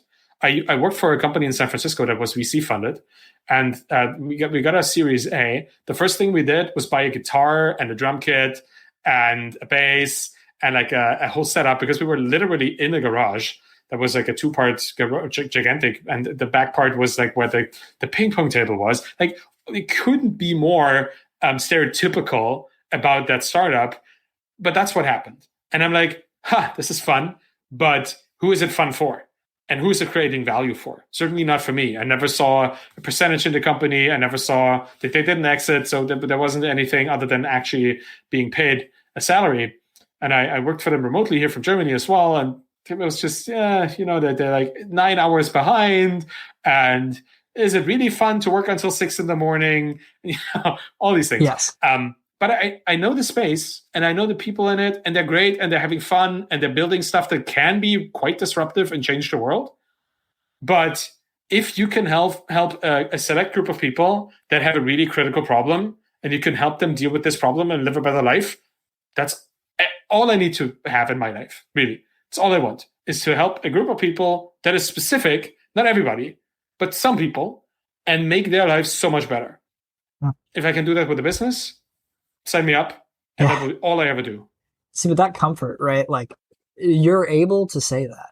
And I think most people want to agree with that. And that's why, like, and I'm so many friends do VC. I consult for a company that just raised $1 bajillion, right? And so I can't talk shit. Congratulations. Thank you. I'm just consulting. And I don't want you to either. I don't want you to talk shit. Right? No, I'm not going to. I'm not going to. It's just not my preference. Right. No. And so that's the problem, though, is that my biggest fucking problem with entrepreneurship is there's always another success metric.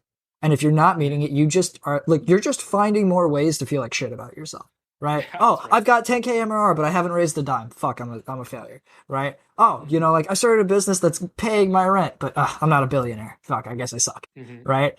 And it's again, like, it's like simultaneously building an infinite goal, like this infinite game, but then also like, they're like acting as though there's no such thing as leveling up. Right. You get to a point where like you only look at the end and you can't feel validated, and you might even choose not to do something, but because the world calls it a metric of success, you're going to feel like shit about yourself still, right? And I hate that so much. And that's what, like, I love the indie hacker scene, because this is the group of people who have gotten over that hurdle, who have like overcome that internal conflict. And it's easy to say for us now, right? I don't need VC money. I don't need to raise. All I need is this. All I want is this. And a lot of people will say those things, but I still get people in my chat all the goddamn time where when I tell them I'm working on a startup, their first question, how much have you raised? Right? And no matter how many times I reconvince myself, I don't care about the raise. I don't care about the raise. I'm doing this for myself, right? I'm here to build what I build and, take the Peter Levels approach, win small, then win big, maybe raise later. I don't know. There's always that tinge of guilt, right? And if I, who am pretty fucking confident, am getting a tinge of guilt, right? Imagine all the other people, right? Imagine everybody who's sitting at home working on this 3 hours every Sunday with nothing else, trying to tell themselves, I can't market, I can't sell, I can't raise, I can't do anything. Why even try? Right? And I see it every goddamn day, and people beating themselves up about it. And so I don't disagree with VC, but I think it unfortunately has created a world where there is now just another thing you can feel bad about. And I hate that. That's right. I hate that a lot.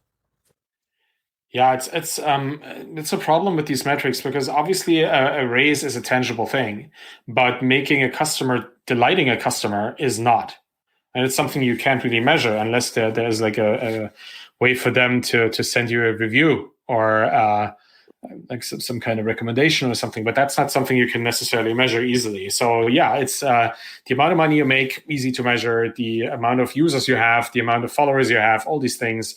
Numbers, essentially, very easy to deal with. I'm not a fan of following these things, because whatever you measure, you optimize for, and then you start overfitting. You start overfitting your approach. You start overfitting your goals. It's a big problem.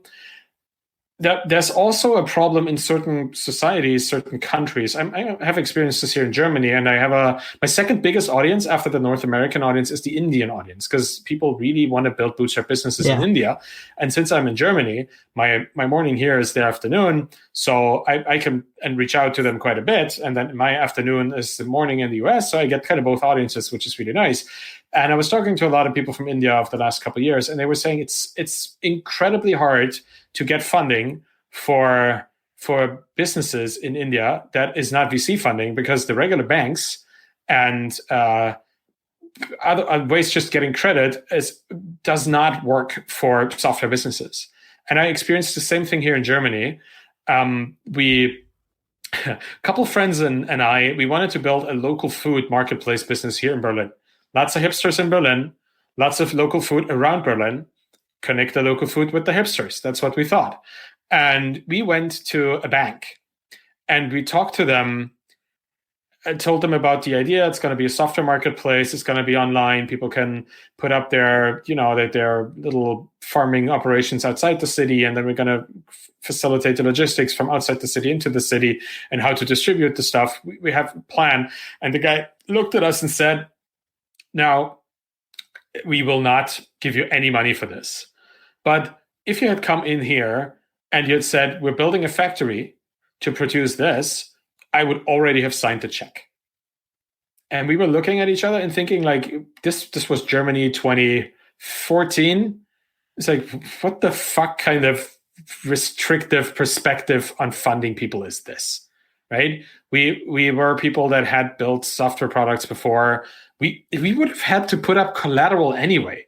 They wouldn't have lost anything, but they still didn't give us the money.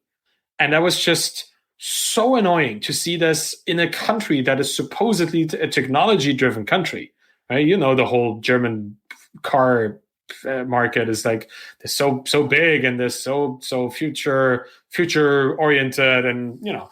And then you look in Berlin, the most advanced progressive city in the country, and you still can get, like, what did we want, $10,000 loan? Like, really nothing. It was frustrating, and you see this a lot. People don't get this little bit of money that they might need. You don't need 2 million. You don't need 5 million. A Series A, you don't even need to have like a 100,000 to 500,000 seed or anything if you want to build a bootstrap business. Because what are you going to pay for? You're going to spend like $50 on Heroku every month, or you're going to spend 25 on AWS. You're going to get into the free tiers of everything. And maybe you have to pay your tax advisor $20-30, and maybe $15-20 here and there for tools. So you're going to be spending like $200-300 a month on your SaaS if you start it. And I am running a SaaS right now. It's called Permanent Link. I built this because I wanted to build permanent links for authors who have links in their books that don't break, because link route is shit. And whenever a link breaks, you have to resubmit your book to Amazon. Didn't want that. So I put a link forwarding system into my book, productized that. It's called Permanent Link. It's great. So a couple more of like, oh, just like the book. It's a wonderful thing, and it costs me like $150 a month in expenses. I think I have 3 paying customers and myself, plus in addition to that. So I'm still in the red kind of with the thing, but I'm really slowly building the audience up for that, because it's a long-term project. Obviously, it's supposed to be permanent, and but I'm running this thing on a Heroku, or 2 Heroku dynos, a Heroku Postgres database, and I think there's I pay like $10 for a customer service tool or something, and that's it. Like, it's really nothing. And this is serving books right now by people that have already have like 50,000 link clicks or something like that. So there's some traffic through the system, and it can definitely serve 100x that if I wanted to with the current setup, because it's built in Elixir, and that is obviously the supreme programming language. But you know. It's just really not expensive. I don't need $1 million to run Permanent Link. I wouldn't need $10,000 to run Permanent Link. I think the yearly cost for this is $2,500, just really running expenses, plus the tax return, I guess, that I need to file. So I don't need that much money, but I could probably do something with $25,000 to, I don't know, hire another coder, or do some marketing, get a salesperson to talk to other writers and get them onboarded onto the platform. And that is the kind of money that you could still use as a bootstrapper. Or I could just keep running it and see if I can attract people through Twitter. Right? And this, the fact that there's only so much money in VC, where you then need to build this into something that captures the whole market, for the VC model to work out, where 100 different people build a business and one person needs to pay for all of them. I want people to be more focused on building a business that can self-sustain itself into a slow but sustainable growth pattern, where you can take the money that you make. And that's what Feedback Panda did, right? It took us, I don't know, maybe 6 months to get to 10K MRR. So that was super fast. But the first couple weeks, the first couple days, like, people didn't really resonate with the product until people started talking about it in their community, and then they explained it to each other, and then we made the product more useful from those kind of conversations, and then it clicked, and then it took off, right? But it doesn't necessarily always have to be this quick of a start. Most products that I see that are on indie hackers that have product pages where they have Stripe verified revenue, they take a couple years to get to 5K, 6K, 7K MRR, and they are pretty well off as a side project until that point. Right? You don't need to spend $1 million to turn this into a business. It can just stay your moonlighting side project that you run while you already have a job, or while you do freelancing, or whatever. And it's not an either or. You can build a business while you have a job and while you work for a VC-funded company. Just make sure that it's actually legal for you to run a side project. Like, there's a couple of things in there that we might want to unpack, but it is not an exclusive thing. Like, building a business doesn't mean to build VC business. That's not the only thing. And even in countries where getting money is hard, Earnest Capital and the likes, the companies, and I have to disclose, I am a partner in Earnest. There it is. Yeah, in Earnest. We're playing. Yeah. Can even do that. We have some insight into where the company is going as partners there. And it's they try to solve a global market. They go into Europe, they go into Southeast Asia, Australia. They try to find really cool SaaS projects and fund them wherever they are. And that's important because I want people from countries that don't have a thriving bootstrapping scene or a funding angel scene, something like that, to understand that there are options out there for them to get funding if they need to. But and it'll go a lot further. And it'll help. Yeah, right? Like it always helps. A tiny seed investment, in the USA is very different from a tiny seed investment in India, right? Like, I just moved to freaking Southeast Asia, literally, and everything's a third of the price here. Right, like the impact of the work that you guys do there is actually huge, especially when it's outside of the United States. Sorry, I just knocked out my charger. I'm praying that didn't just kill the internet. I think we're okay. No, you're still here. All right, thank God. Cool. Do you have a link for Earnest? Sure. Yeah, let me find it. And for the recording, what is it out loud? Yeah, Earnest Capital is earnestcapital.com. Well, there you go. Nice. It's really nice. I mean, the founder is Tyler Tringus. He ran a bootstrap SaaS called StoreMapper. He sold that to SureSwift Capital, a private equity firm, the same private equity firm that we sold to. So that's how I met Tyler. And that's how Danielle and I got into Earnest. And, it's all a big family. The Founder Summit conference is also both funded by Tyler and Earnest and by the SureSwift Capital team around Kevin McCardle, who is the CEO of that. So everybody's kind of connected in the bootstrapper scene, which is nice because they're wonderful people.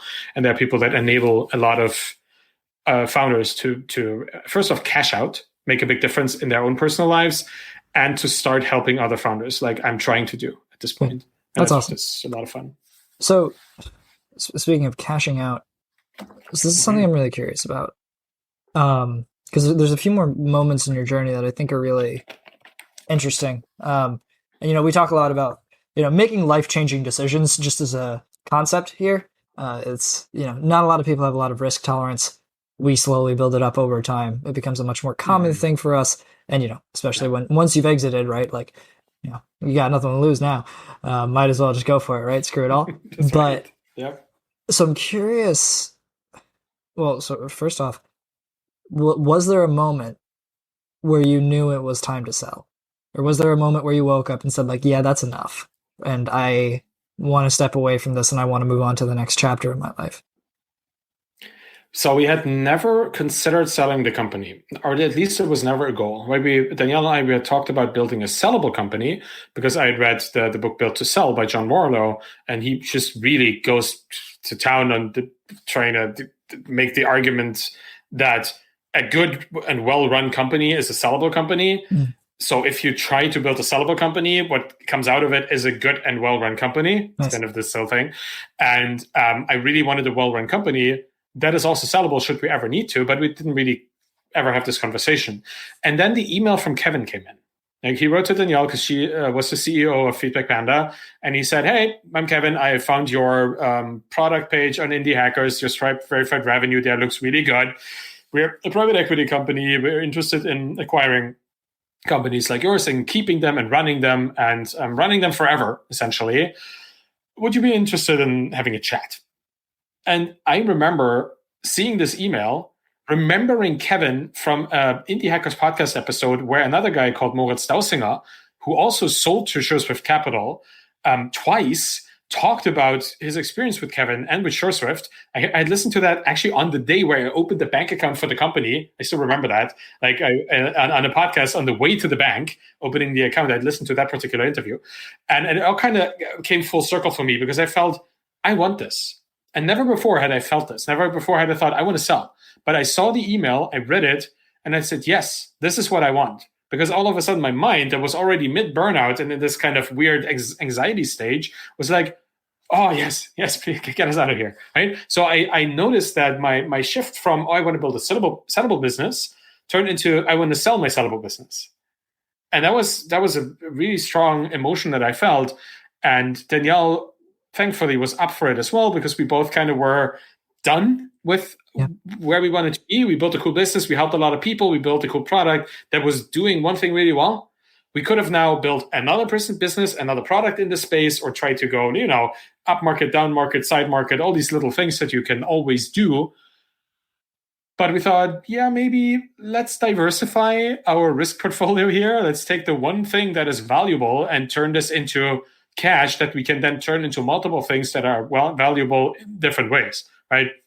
Real estate, investments, cash. What do you do when you have lots of money? You split it out. Or when you have any money at all, what you should be doing in any case, because, the real estate market, if you look at it, it's currently bubbling. The stock market is kind of weird. Crypto, lol. And, there's all these things that you want to diversify just to be a bit more secure. And that's what we wanted to do. And that's what we did. So that was also on our minds at the point. But for me, it was really this feeling of, okay, I have a sellable company. And never did I want to sell it, but now I kind of want to. So before that moment, like before that email came in, didn't cross your mind.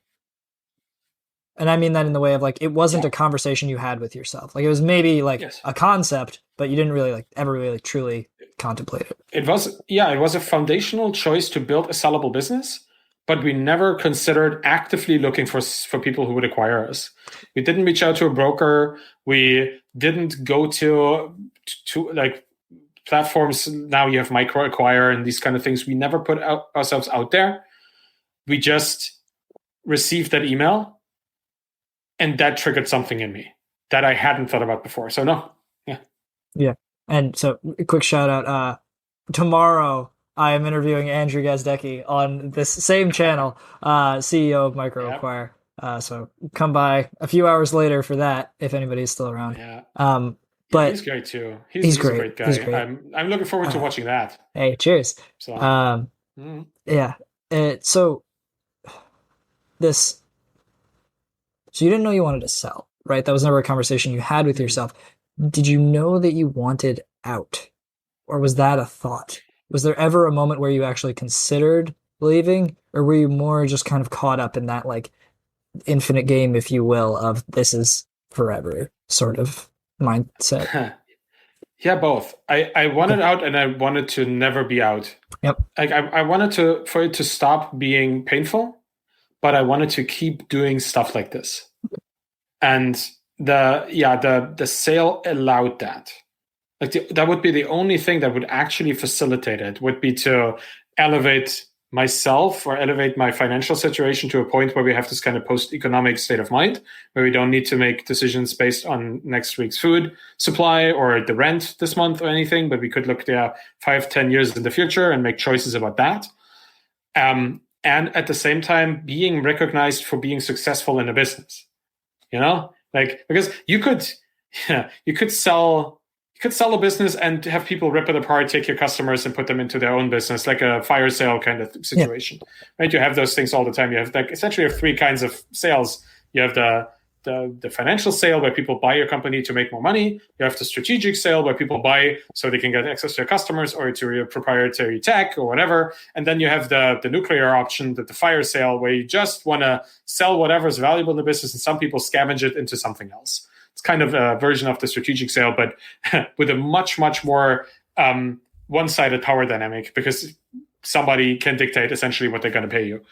And we were happy and lucky for our business to be on the far side of that, in the middle of a financial acquisition, because our business was making 55K. They were buying it to continue making this much and more, because SureSwift had a couple more edtech education technology products in their portfolio, and they were trying to synergize them amongst each other. So we were in a very good negotiation position at that point, and that made this whole choice so much easier too. Really interesting, because I think that is a similar experience that a lot of people have, where they call it subconsciously want out of the current scenario, but until something happens, like until you kill the Archduke, like you can't really get started on the war. Like you can't actually push yourself into that next scenario, and it's one of those things that I hate to hear, because I think that I hear a lot about people who are in a scenario they would rather not be in for longer than they care to be, because there's no real moment where they can step away. And that's something I've really... Go ahead, sorry. No, sorry for interrupting you. I'm just remembering something that when we were at MicroConf Europe, we were chatting with Kevin, because he was there too. A lot of the people from the SureSwift team were there, and it was actually the first time we ever met them. It was in Dubrovnik, in Croatia, wonderful place. Also the city where they filmed a lot of Game of Thrones, which is also kind of nice if you're a Game of Thrones fan. We were there. And the first time I've ever met him, he was just like sitting in a bistro somewhere having a glass of wine, and we joined them, and a couple more people from the team had a really great dinner and had a wonderful amount of conversations. And over the next couple of days, everybody at the conference, and this is like people who are having extremely successful SaaS businesses who have been selling their products to big business for years and have been building public brands and all that. And we were just hanging out, having pizza and talking about all kinds of things and how the future of the industry is going to go, this kind of shop talk. And people were saying, what we really need to facilitate in our community is the ability to take money off the table without losing the business. Because that's something that we don't see much, that people sell, 10, 20% of their bootstrap business to somebody else for $500,000 or $1 million or something like that, so that all of a sudden they still own 80, 70, 90, whatever percent of the business that represents. They can still run it. There's still nobody who can tell them what to do, but somebody's benefiting from this and has given them a gigantic amount of money that all of a sudden changes everything about their financial situation. Because if you run a business that, is making $100,000 in monthly recurring revenue, you probably have a team, probably have a couple people. You may take a lot of money home, but you have a lot of expenses as well, and you're needed in that business.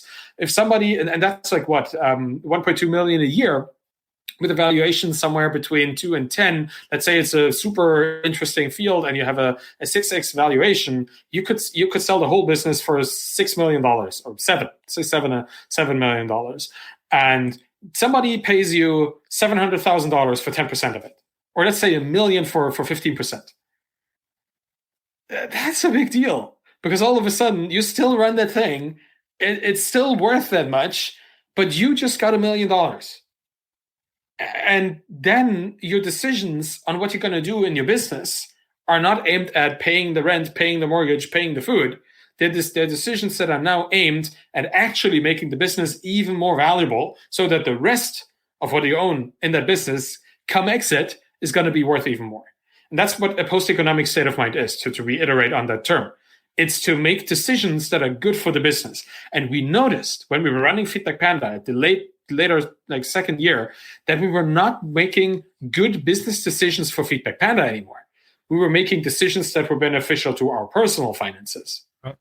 And having the option to take money off the table, I think the Basecamp guys are the most prominent example, where Jeff Bezos just gave them a couple million for a couple percent in Basecamp in 2004 or when, I don't know. But that changed DHH's life forever, because you cannot be a contrarian on Twitter without repercussions if you're not rich enough to deal with the consequences. That's true. You have to be a millionaire to have bad opinions. That is a law. I mean, obviously, I'm saying this kind of jokingly, but No, it's but so much also, easier yeah, for him kind of, yeah. to deal with the backlash, right? That there is value in being a millionaire if you want to just spew stuff all the time, good stuff and bad stuff. But David is a nice guy, not gonna shit talk him. He just has very strong opinions, and lots of people don't necessarily like that. So being in this position of relative privilege, I mean, of a lot of privilege, makes a lot of difference in what you do and how you do it. So I would like to see more of these kind of partial exits where people then and Earnest Capital, going back to this, that they have this shared earnings agreement approach to funding. Right, the fund gives people money, and then people make more money every month, and parts of that money gets paid back into the fund until a multiple is reached or until an exit happens or whatever. That is nice, and that is also how you can sell part of your business. You sell 10% of your business, and the people, they have a revenue sharing agreement with you. They get 10% of whatever you make in the year, and they still own 10% of the business, right? So there's value in it for everybody. There are ways of doing this, and I want to see more of this. Don't necessarily want to build anything of this because I don't want to deal with these large amounts of money. It scares me. Very scary. Like Tyler sold a business and then started a fund. Like, he's dealing with millions and millions of dollars. A bit too much for me. I just want to, I don't know, have a good nap in a day, and that's good enough. But it's something that some people like doing. I don't want to do it, but I want to see more of it. And maybe Andrew's going to do this. Maybe Andrew's going to find, you should ask him tomorrow, is going to find a way of taking parts of those businesses that want to sell, not the whole thing, but parts of it, and sell that to the highest bidder or something with a kind of revenue sharing agreement. That would be an interesting thing to talk to him about. Yeah. Actually, I might want to talk to him about that. But you go ahead. Go and have a chat with him. That probably is a thing that he's been thinking of, because people just need that. And he's in a very prominent position to actually be able to do it. That he is. Unfortunately, I only get half an hour with him, so I'm going to have to be very, very pointed and just go straight to the, all right, tell me when you were sad. Let's just get right to it. But no, I love what you're talking about, because I think like this taking money off the table is so powerful, because it enables, like, your risk tolerance just jumps, right? In your example, right, you're able to run your business completely differently. But not only that, once you have money, like once that is not a thing that you have to worry about, once food's always on the table, you are living a different life. And that's always true. So I just left my startup after 3 years, right? And one of the biggest reasons I was able to do that is because like a month before I left, I started consulting. And I do 8 hours a week, maybe 5 hours a week. And I make it's more than enough money to live, eat, even travel. I just moved to Southeast Asia, right? I'm currently quarantined in this hotel room. And that changed the conversation for me, right? But turning points are a thing I really want to talk about. Because, right, for you, it was when you got that email, right? For me, it was when my friend told me that I should consider leaving. And then I stayed at his apartment that weekend. And I started calling people, right? But until I had that conversation, I was in the exact same place. I knew I was sad. I knew I was struggling. And at no point did I think, I'm going to leave, right? Yeah. Because it's so goddamn hard when you're in that moment. And so, I don't know, something I try, or I hope that this can also provide for people, is to say, like, if things were perfect, right, it wouldn't have taken that turning point. Like, it wouldn't have taken that extra action. It's clear in hindsight that those decisions could have, and ideally would have, been made much earlier in both of our stories, right? And we could have saved ourselves a lot of strife. But we had to wait for a turning point. And I think sometimes, ideally, I want to help people realize, like, treat this moment of hearing this podcast and this sentence as, like, this is the turning point, right? This is the moment you reconsider. This is the moment you actually ask yourself if this is what you want to be doing, and if not, how you can get out, right? Or what the other side of that world can look like, you know? That is really nice, and I think I'm really grateful that you're actually doing this, that you're trying to get to these points, to share them with people, because we're all going to find that point at some point in our life anyway. It's just nice for you to actually preempt that and expose people to this before it's too late, or before it's later than it should have been, right? Because in an ideal world, we'd be teaching kids in school what entrepreneurship is. And we would not burden them with student loans. I've just been following chat a little bit. And burden them with $100,000 student loans while at the same time denying them a $10,000 business loan. Right? That kind of stuff is just the weirdest shit you can come up with. Like, here's $100,000 that you can never default on because for some reason they are unforgivable. Oh, you want to build a business? No, $10,000 not going to happen. You better put up like $50,000 in collateral before we give you anything. Like, what kind of weird cognitive dissonance is this in a society where we essentially put everybody who wants to accomplish something into debt for the largest part of their life? Now, I'm from Germany. My education here was essentially free. Free in the sense of I was able to get my degree that I did get because I dropped out of university twice, and my whole university education for free. I even got paid by the government a little stipend so I was able to pay my rent and pay food and stuff, pay for food. However, I also built a business here in Germany and I sold the business here in Germany. And half of the money that we got went back to the taxman because that is what Germany is. Germany is a social democracy, and we have a very, very strong safety net that has to be paid for by taxes. So we have extremely high taxes on capital gains. We have extremely high income taxes. Taxes are super high. Like I said, 50% of what we made went right back to the tax. What that means is that my education was not free. I just paid for it and the education of many other people because I got to actually enjoy the benefits from that education. Yeah. Right? So I would rather have a system where people do this, like what I'm doing right now, where you pay a lot of money if you strike it big so that other people have a chance at it too, than falling into debt for 20, 30 years of your life. I mean, the whole thing is you have student loans that are essentially unforgivable, and then you want to have a home. So now you also have a mortgage, and then you need a car. So you need a car loan. Like, the amount of debt in North America is incomprehensible to me. I had never had debt in my life for nothing. I don't have a home. I obviously live in an apartment right now, and we bought a house. But the thing is, I've never had a mortgage before in my life. So I don't really understand it either, how this is something that people just expect to have. It's quite, disturbing to see how much of a sort of Damocles is over your head when you're in that position. And obviously that makes it super hard to make a sound financial decision for your life if you have to pay back the interest on the principal that you can't ever pay back because the interest is so high for the rest of your life. That is tough. Really tough. And it's really, I talk about risk tolerance a lot. And I say I want to encourage people to have more risk tolerance and be able, which is another word for risk tolerance, privilege, honestly, in a lot of ways, right? Like, you might have been born without risk tolerance. You might have gone to school and now you no longer have the capability of risk tolerance, whether or not you want to, right? I have friends who have to work at FANG companies, not because they want to, but because they have to support their family, right? I have the privilege of not doing that. I have an astounding amount of privilege, right? And that allows me to go do all of these things. And so I think that's the magic of the indie hacker. That's the magic of the bootstrapper. That's the magic of trying to do things on the side is you don't have to have risk tolerance today, but it is perhaps the thing you can aim to build the most because it is in and of itself freedom. Risk tolerance, privilege, freedom, they're all kind of this same thing. And unfortunately, as you've said, we walk out of the house with fucking handcuffs once we're out of school in North America. I can't even really speak to it.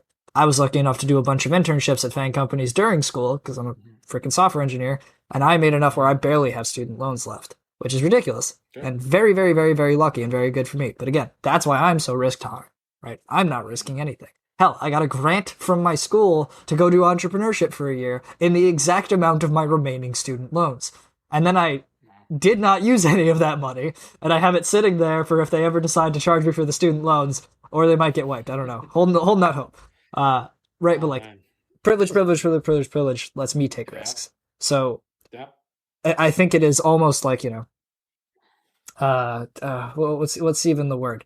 It is our duty to some extent as people who have so much to try and assist others in building up a scenario where they can then have that, right? Like, to help other people navigating this stuff. Yeah, and making it easier for them. back to chat at this because there's a nice discussion about taxes in Germany and the fact that some countries just make it harder for startups to actually get started because they require a certain cushion, financial cushion, or they require a certain reporting that is just not compatible with how a startup works. Right, at a certain size in Germany, when you make a certain amount of money, you start have to pay like certain taxes, like value-added tax and stuff up front because they expect certain things to happen. So if you have a down season or something, or income or the revenue doesn't happen the same way it did, or it's cyclical or something like this can easily kill your business because the perspective on how the tax system currently works is that companies make consistent revenue and we tax them that way. Of course, there's exceptions and there's ways around it, but if you're not keen on navigating this yourself, if you're a founder that just happens to live in Germany, but you're not German and you don't have like a deep understanding of like how all of this works and how you can get around these things, it's complicated. And if you want to start a company in Germany, you usually, or you used to have to come up with 25,000 euros that you put into the company, never to be touched. that is kind of a pretty high burden to start a business because it kind of halved it now to 12 and a half. And there's an option to start a company that just really needs $1 in there for it to actually be a legitimate company. But then you pay the notary because obviously in Germany, everything needs to be notarized, like with the stamp and the signature and stuff. So now you're 300 euros in the minus and you're already bankrupt by definition, because your company was worth 1 and it paid 300. So you have a minus, a company that's already in a process of bankruptcy. It's hilarious. Like, they make it very hard to get started slowly and just sustainably, but there are ways around it. Like, obviously you can always start a business through Stripe Atlas or First Base, where you essentially use a Wyoming or a Delaware LLC and incorporate in the United States, where it's a bit easier, and you have all these all this stuff taken care of for a couple $100, and then you have a company. I did that with Permanent Link. Permanent Link is a Wyoming company. Nice. And it has a Wyoming bank account and a Wyoming postbox. And if somebody sends me an email or an actual piece of mail, I get a scan from the Wyoming postbox. Right? Everything is possible. You can do it, but it's just some countries make it really hard. And I'm glad that North American countries really make it much easier. Like I said, founding a company in Germany, you go to a notary, I think twice, and you have to sign, you have to like present your passport and stuff. I co-founded a company in Canada. We did it online, and you had a credit card payment field. Yeah, and a box that says, "Do you also want McDonald's?" Kind of. You had to want some poutine with that. Yeah, like, they had. It literally took us 20 minutes to form an incorporated company in Canada. It took us 20 days to form a company in Germany. It's just different perceptions of what companies are and what startups are and how easy it should be, because there's always potential fraud, the potential of like criminal behavior, and I guess European countries have experienced more of that over the last couple thousand years, and there's more of that in our collective psychology. I think the North American countries have a much easier time just being more liberal in the sense of like freedom and opportunistic when it comes to that kind of stuff. Yeah, it's even starting a business, right? It can be this huge. It appears to be this huge undertaking to many, right? And clearly in other countries it is. That's one of the magic things in the United States is, right? Like, it's easier here, right? It's literally, we're looking at buttons. Which, God bless, right? Again, enabling people. This is huge.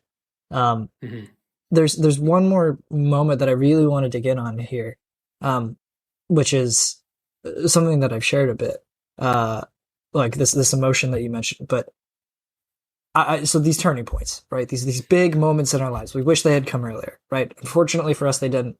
But maybe for someone else they can. But they happen, right? You decided to sell the business. I decided to leave my company. And then you wake up the next day, right? And that's one of the weirdest, hardest moments. You sit at your laptop, like you said. What the hell do you do, right? Yeah. And I want to ask you, to kind of like take me through in a bit, like really that feeling. You called it like sort of an emptiness earlier. You re-downloaded World of Warcraft, but what did it look like for you? Like, how did you feel that day, that week, that month? Like, and how did it affect kind of your mental game as you took this huge step? And then beyond that, how did you re-find your passion? Right. Well, so initially, like we sold on, I don't really know the exact date, end of July. And then we had the sale, the day of the actual transaction was a very, very easy day because we were prepared. Again, German. So we had everything lined up for them to really easily take it over. Essentially, all we needed to hand over was the password to our one password vault, and everything else was in there. The documents, the logins to all these things. And then they started like switching over the credit cards, so our credit card wouldn't be charged anymore. Like just taking over the business. Over the next couple of days, we started like co-hiring with the company, with SureSwift, like our replacements, essentially finding the people that would take over our jobs, and we would train them for a week or two, and then they'd be kind of ready to do it. So the initial days were kind of still working on the business or in the business because we were doing the work still, responding to customer service, making sure that the transition team got everything they needed. And then we had a couple of calls with potential hires, and then we quickly decided on who to hire, and then I onboarded them. And then at some point they asked less and less questions. And I think the first day that really was one of these wake up and what nowadays was the first day when the developer that I onboarded didn't have any reason to contact me for anything anymore. When I still was in Slack and looked at whatever he was talking to the other people there, but nothing was relevant to me. I didn't need to help him anymore. My code was well documented. There was there's a good onboarding scheme that I had planned, and it worked out for him. So he understood everything he needed. There were no major fires for him to put out. Everything was fine. Little bug fixes he could kind of get warm at, right? Just get used to how to navigate the code base. So everything was fine. And I was sitting here in this very room, very likely in this very spot, and thinking, all right. So yeah, let's see. What did I always want to do? What did I think I was going to do when I retire? Because in a way, this was at least mentally my retirement. Right? I was done doing stuff that I didn't want to do anymore. Because like we had a little printout of the money as it came into the account. We had a little champagne bottle situation happening. Like the whole celebration part, and we didn't get ourselves anything in particular, anything like a big reward. We just continued doing what we were doing because we didn't want to change much in our lives anyway. And I thought, yeah, let's see if gaming is still great. So I went into this whole World of Warcraft thing. I installed World of Warcraft and started playing, and that was fun for a day. And then it was not anymore because the passion was gone, and I figured that gaming would never give that to me. So I was kind of panicking, honestly, because there was this void, this passion void. And I thought, but did I just give away my only chance at finding meaning in my life? Like, did the business that I just hand over, did I just sell a part of myself here? Like, it's something that I had externalized before, because it was like doing service for customers, doing service for those people. But that was a little bit of me. There was a little bit of me actually empowering people. And now I had given away the conduit through which I could have empowered them to somebody else for money. That was a pretty hard-hitting thought. But I quickly realized that, yes, I had, and it's fine. Like that is one of the things is, yes, that was a conscious choice. I had just sold my company, and everything good about it, anything bad about it, for the chance to diversify my portfolio. So just deal with that. Accept that this was a choice that I made, and that it was a better choice than sticking with it, and now find something else. And then I switched my whole outlook. I looked into what can I do. I went to Twitter, I saw what people were talking about, started chatting. I thought about, okay, now I have this whole green field, like the blue ocean ahead of me. And I can think about, I can do whatever I want, right? Instead of thinking, oh, have I given away the thing that I could do? I figured out, oh, I just increased everything. Like I just stepped into this field of abundance. Everything I wanted to do, I could do. Do I want to start a Twitch channel? Do I want to start woodworking? Do I want to like just nap for 26 hours a day or something? Do I want to, whatever do I want to do? Do I want to bathe forever? Like everything I always enjoyed, I could do. So I just really sat down and I thought about how could I do something that is also good for other people? And that's how I landed at writing. And then I just thought, okay, I've never been writing before, really. Let's see if I can. And then I started writing, and then people kind of like that, and the rest is somewhat history. But I think that moment of understanding that, yes, I made the choice, and that is fine, and I wanted this, and now I have more options, and I shouldn't regret losing one thing if it gave me access to 100. Because the amount of opportunities that I now had in meeting people like you and all the fine people in chat, and talking about the things that I care about, and people actually wanting to listen, that is the gift. The money is great too, pays for stuff. But the opportunity to do what I want to do, that is why I really did it. And that is what I really want in life. Essentially, there's two things I want. I don't want to have to look at my bank account ever. And I don't want to have to look at my calendar ever. I want one to be extremely full and one to be extremely empty.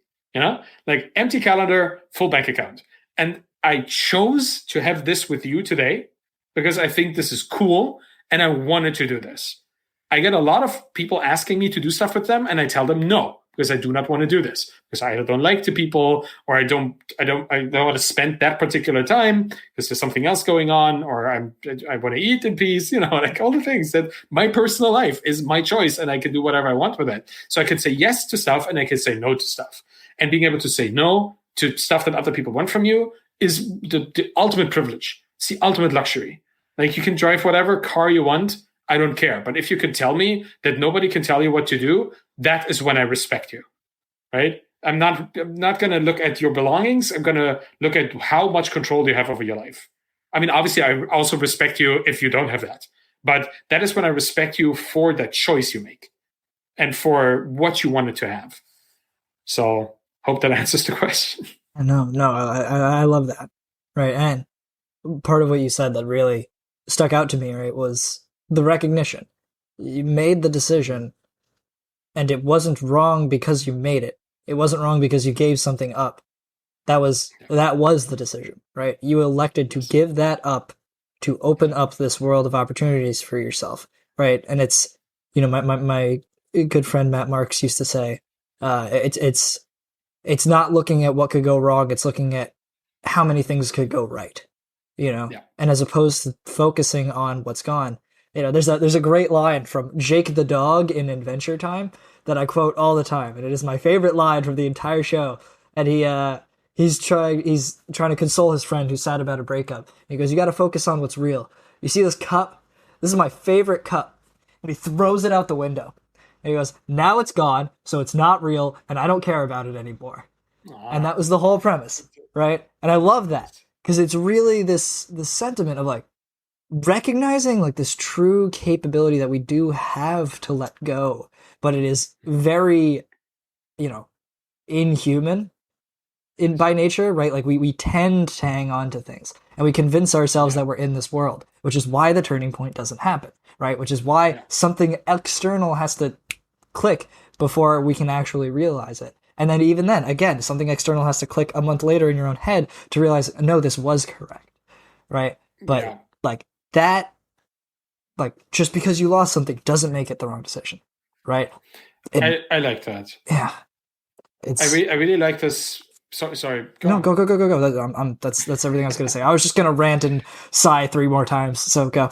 Yeah, I like it. No, it just sounds to me like you're perfectly describing the two fallacies here, like the sunk cost fallacy and the loss aversion fallacy.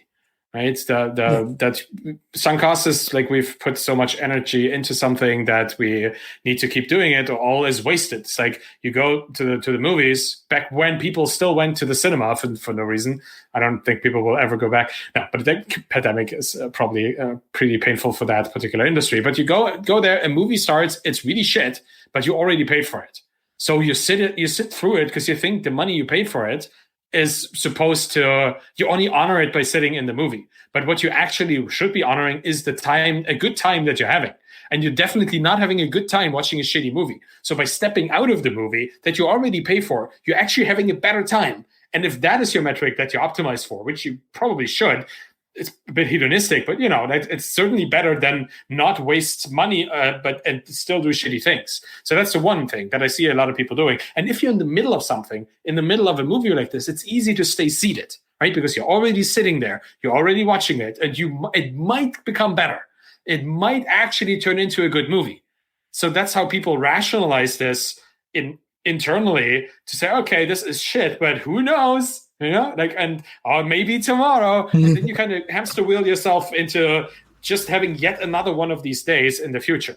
And then there's loss aversion. Loss aversion being the fact that if you get $5, somebody gives you $5, that's great. But if you have to give somebody $5, it's at least 10 times as bad as if you were getting it from that person. And that's the same deal. Like you're building a business and you get 10 new customers, wonderful. But then you get 10 people churning and it feels like the world is ending.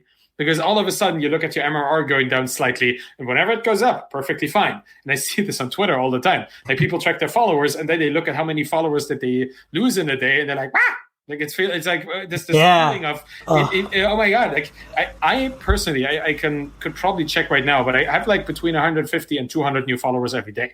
But I also have somewhere between 30 and 60 people unfollowing me every day. Mm. And I look at the 200 and I think, oh yeah, that's cool. And I look at the 60 and it's like, oh. Look at these numbers and look at how there's 140 more people that like what I'm doing than the 60 people that don't seem to like what I'm doing or are unfollowing me for some other reason. But I look at the 60 and I think, oh, they hate me. And I look at the 200 and it's like, meh. That's psychology right there.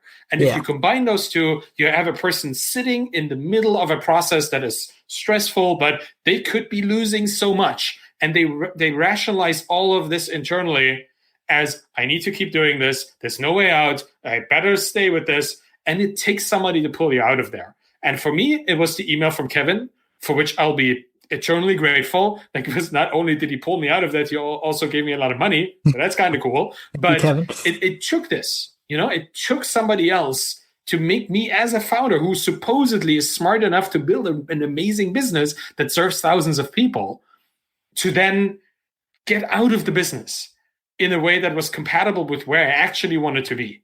And that's crazy. And I hope that today in this conversation or whenever people listen to this or talk about it to their friends, we can just help one person get to this point, get to this moment of considering what they want and considering what they don't want, maybe even more. You don't think about the fact that we all need a Kevin. Yeah, we all need a Kevin, right? And for me, my buddy Steve, we all need a Steve, right? And we don't think about the fact that we're watching the movie when we're in the chair. We don't even realize that we're in the chair. We don't even think that there's an option to leave, right? And this is the legendary no decision is a decision scenario.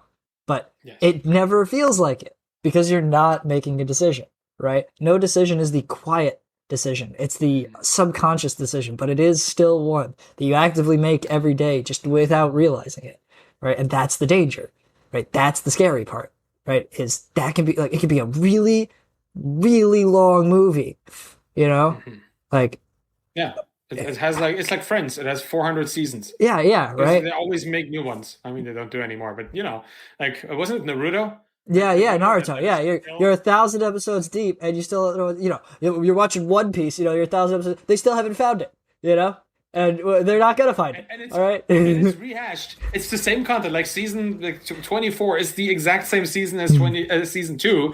It's just with slightly different people. And like sometimes, a bad guy looks slightly different. But that's the thing. Like in a business, it will be the exact same thing too. Your day-to-day is going to be your day-to-day. You're going to build features. You're going to fix bugs. You're going to talk to customers. You're going to try to sell. You're going to market your product.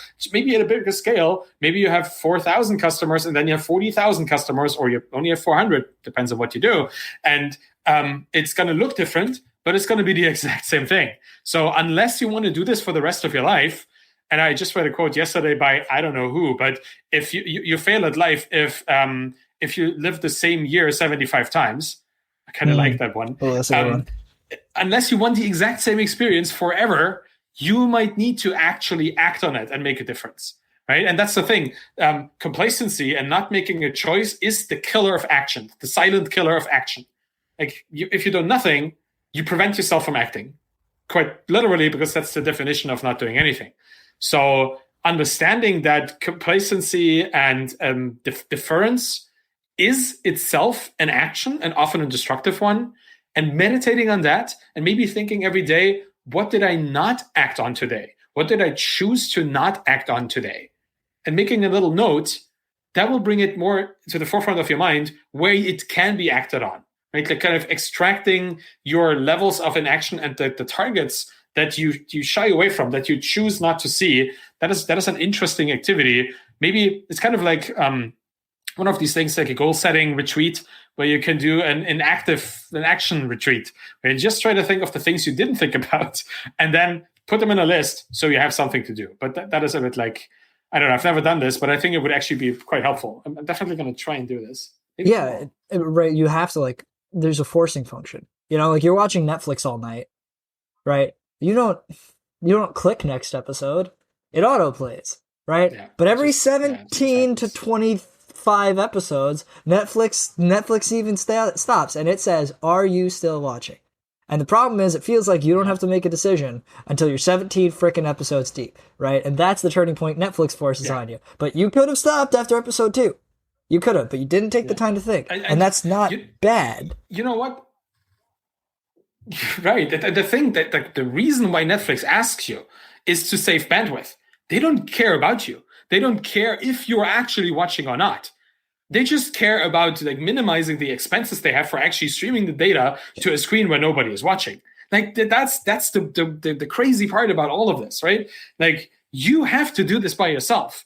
If you're lucky, somebody else has a vested interest in not providing a service to you, or in like Netflix in this case, where they look at you actually using it. But if they don't have this interest, if it doesn't align with your interests in your own life, you're the only person who is ever going to make a difference there. Yeah. So my last company was in an accelerator. And I went to the first day of the accelerator. They had a CEO roundtable. And I was very, very in my own head at this point, not sure if I was the right person for my position. And I asked them, how do you know, or how do you balance figuring out if you're the guy to do a certain job? Like, say I've been doing sales for months and months, right? But I feel like I suck at it. But like, I'm the CEO. How do I know? How do I decide? And how do I, not get completely destroyed by that concept? And the answer I got was what I think in hindsight applies really well here, which was, one guy said, if you feel like you're questioning yourself every single day, you're going to feel like shit the whole time, and that's not productive. And even if you're doing the wrong thing, you still have to at least try at the wrong thing. But put a moment in your calendar. One day every 3 months, you're going to not do the thing. And you're going to step back and you're going to think about the thing. You're going to take a step away and really reconsider your entire life at this moment. Consider if this is what you want to be doing. And as long as you take some cadence, right, and you are at least that intentional, at least that moderate amount of mindful, you can set yourself up to be much more successful and have these realizations much earlier. Because now you're working on a 3-month cadence of life realizations, as opposed to a whenever somebody sends me an email or whenever a friend decides to get dinner after a while. Yeah, that's right. That's interesting. I have something similar, and I call this continuous validation. And I talk about this in my first. There it is. I don't have a command for this one. I just wanted to throw this in because you phrase it the exact same way that I phrased it in that book. The idea was to continuously, at a certain cadence, look for if stuff is still fitting. Is it still a product market fit? Is there still a product founder fit? Do I still like what I'm building? Yeah. Is there still a founder market fit? Do I still like the people I'm building for? Right? Is there still a founder vision fit? Am I still having the same thing that I proclaimed to want half a year ago, a couple months ago? Like, there's a lot of these fits and a lot of these kind of alignments that you need to check, because they just wildly can deviate by just your day-to-day changing whatever you're doing. So I'm really appreciative of this thought, because I do the same thing. I try to step back and try to refit myself into whatever I wanted, just to see how far I've actually strayed from these particular goals that I had at some point. It's like a goal setting retreat, but more in an entrepreneurial sense, right? You look at what I wanted earlier. What were my goals last time we did this? Why did I change my goals this time around? And how can I either get back to where I were originally, or why did I grow into this new perspective? All of these things, they need to be actively reflected on. You will not do this while you're doing stuff, right? This is just like when you are in the middle, when you are in the day-to-day, you are essentially blind to any bird's eye perspective, any outside perspective. It's just not going to happen. Like you need to step back. You need to literally step back. Maybe go into a different location, which I know is kind of hard right now with lockdowns and stuff, but it helps to do an actual physical retreat. Go to a park, social distance yourself, whatever, but just take a notepad and a couple questions. I think there's a really good goal setting retreat template out there. I forgot who it was by, but I think it might also be by Simon Sinek or something. I don't really know, but like lots of people in that space have made templates on what questions to ask yourself and what themes to think about, writing down certain answers and reiterating over the answers you gave yourself last time you did this. Just really do this. I highly recommend it every quarter or half year if you don't have the time, but take the time, like take half a day. This can make a very big difference. Yeah, no, and it's like you have to realize like you're not gonna notice it in the day-to-day. Like you just won't. Like you said, you are blind. And until you take a moment to intentionally not be blind, you are blind. And if you think that you're going through your business and that you are being conscious of these things, like it's physically impossible. Like it's mentally impossible. It just can't be done. And that's something that we have to recognize and account for ahead of time in this ideal sense, right? Get yourself out of it earlier. Realize these things earlier. Realize if your own goals align with who you are, like and like you said, like taking the step out, like physically, very important. I slept on my buddy Steve's couch for 2 days immediately after that conversation. Literally, I was hanging out at his house. I was like, I'm going to sleep here. And I stayed in that house that entire weekend.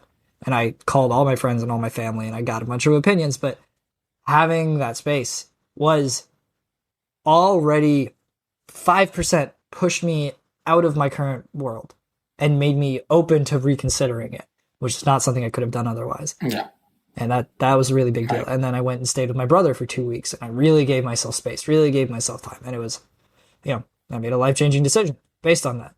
And it's really, really, really hard to make a life-changing decision if you're sitting in the same exact spot, right? Sometimes you need to get up and go to the bathroom at the movie theater and then decide if you want to go back in, right? Now you've made it an active decision as opposed to that passive sitting there forever. Yeah, change of venue can do a lot, definitely. Could just be another room in your home too, or just if you are a mind palace person, you could just like recontextualize where you are. This is not the office right now. This is my thinking room. Yeah. All of a sudden, maybe that context is enough for you to do it. I want to throw a link in chat to the goal setting thing. Highly recommend it. It's not by Simon Sinek. It's by the people who wrote the One Thing, but it's really good. I've been using that. We've been using that as a couple, as a business couple, and as a personal couple to do goal setting retreats. I highly recommend like signing up to their weird email list because the stuff you get there is actually helpful. Yeah. And getting the PDF, that is thing. Print it out a couple times and do a retreat every couple months. That really has helped me. Also figure out what I want, because it has questions in there like stuff like, do you want kids, or where do you want to be in 20 years down the road? These are things that I don't necessarily think about much, right? Because I'm so caught up in whatever I'm doing. But it's nice to every now and then, first off, think about it, and to see what you thought about it last time you were surprised by this question, because maybe your priorities are changing, and that is really helpful. Yeah. That's my train of thought. I had something. Yeah. Oh man. You have a big old Notion document with lots of stuff, so that should be. Oh wait, actually, yeah. Okay, so that my life goals, also a Notion document. I was gonna say, when I made this decision, I had a very similar experience. I sat down and I wrote 2 lists, and actually, I literally made a video on this and releasing in the next few days of like how I make life-changing decisions. And I wrote everything that made me happy was one list. Every single thing in the world that brought me joy, being loud, entertaining, getting deep on stuff, blah, blah, blah. And then the other list was every possible future, from places I could live to, relationships I could or could not be in, to the work I could do, consulting, not consulting, full time, start my own business, go back into like Facebook or whatever. Right. And then I literally just started drawing lines between the two. And I just said, okay, how do I maximize check boxes on the left? How do I maximize how many things that make me happy I can have in my own current life? And that was what ended up really like crystallizing it for me, right? Like figuring out what do I really want to do? And I was like, well, I want to be fucking happy. That's an easy one. And so how do I optimize for that? Right. And and now even like I've set like 3-month goals, right? get so many YouTube subscribers, get this many Twitch followers, whatever, become a partner, but also get some MRR and everything because there's things that I care about. But even then, I set 3-month goals, which means after 3 months, I have to question it. After 3 months, I have to think again. I think that's also like the really important thing. When you put time on things, it forces you to step back and think after that much time. Even if you think about it and you come back to like, nope, still going good. Thinking about it gives you the outlet to realize if it's not. Otherwise, you just won't. Yeah, that's right. Yeah, the cadence is important. Definitely. I like this. I also like that the way that you're actually doing this in public, that is just hilarious to me. Like that, in a good way. Like the fact that people can learn from you how to deal with it. Sorry, I'm doing something here. Be done with it in a second. Learn from you how to approach these things, how you do it, and how they might actually be able to do it themselves. That is really cool. Like you're literally teaching people how to teach themselves, to help themselves, like to teach themselves how to help themselves. It's really cool. Yeah, I hope really appreciate that. I hope so. And that said, trying to do something cool here. Sorry for the slight delay in hilarity, but no, it's okay. Take your time being funny. I'll be here for it. I'm ready. You will be. I certainly hope so. There we go. Oh, hey. Well, thank you. It's not going to pop up on the screen because I have them turned off, but thanks for the tier 1 subscription from Arvid Kahl. Amazing. I can now say Arvid Kahl is subbed to me on Twitch. I mean, come on. What a badge of honor. Yeah. That is. Absolutely amazing. I see why that took a while. We gotta support each other. I had to go through the whole verification process. But, like you're supporting people on their journey to wherever they want to go. And I really like that. Hence, I'm supporting you. And I think that's why our community is actually nice. Because if you go on Twitter, I think many people that are on Twitch also, like at least sometimes go on Twitter because a lot of Twitch people use it as a marketing channel too. You will see a lot of negativity in many communities. You will not see this negativity in the founder or in the indie hacker or in the marketing community. For some reason, people really, really value support and empowerment and encouragement in our community. And I want to pay it forward, obviously. And I also want people to encourage people to join this community and be an active part in it. Because it's incredible how if you just try to be the tide that raises all boats, it actually happens. Like if people actually benefit from whatever little thing you do, by just like retweeting somebody's cry for help, you could expose them to somebody who really can help them, and then like forge a partnership between two people that would have never met each other that will last for decades. Like you never know how much impact you can have on the life of another person.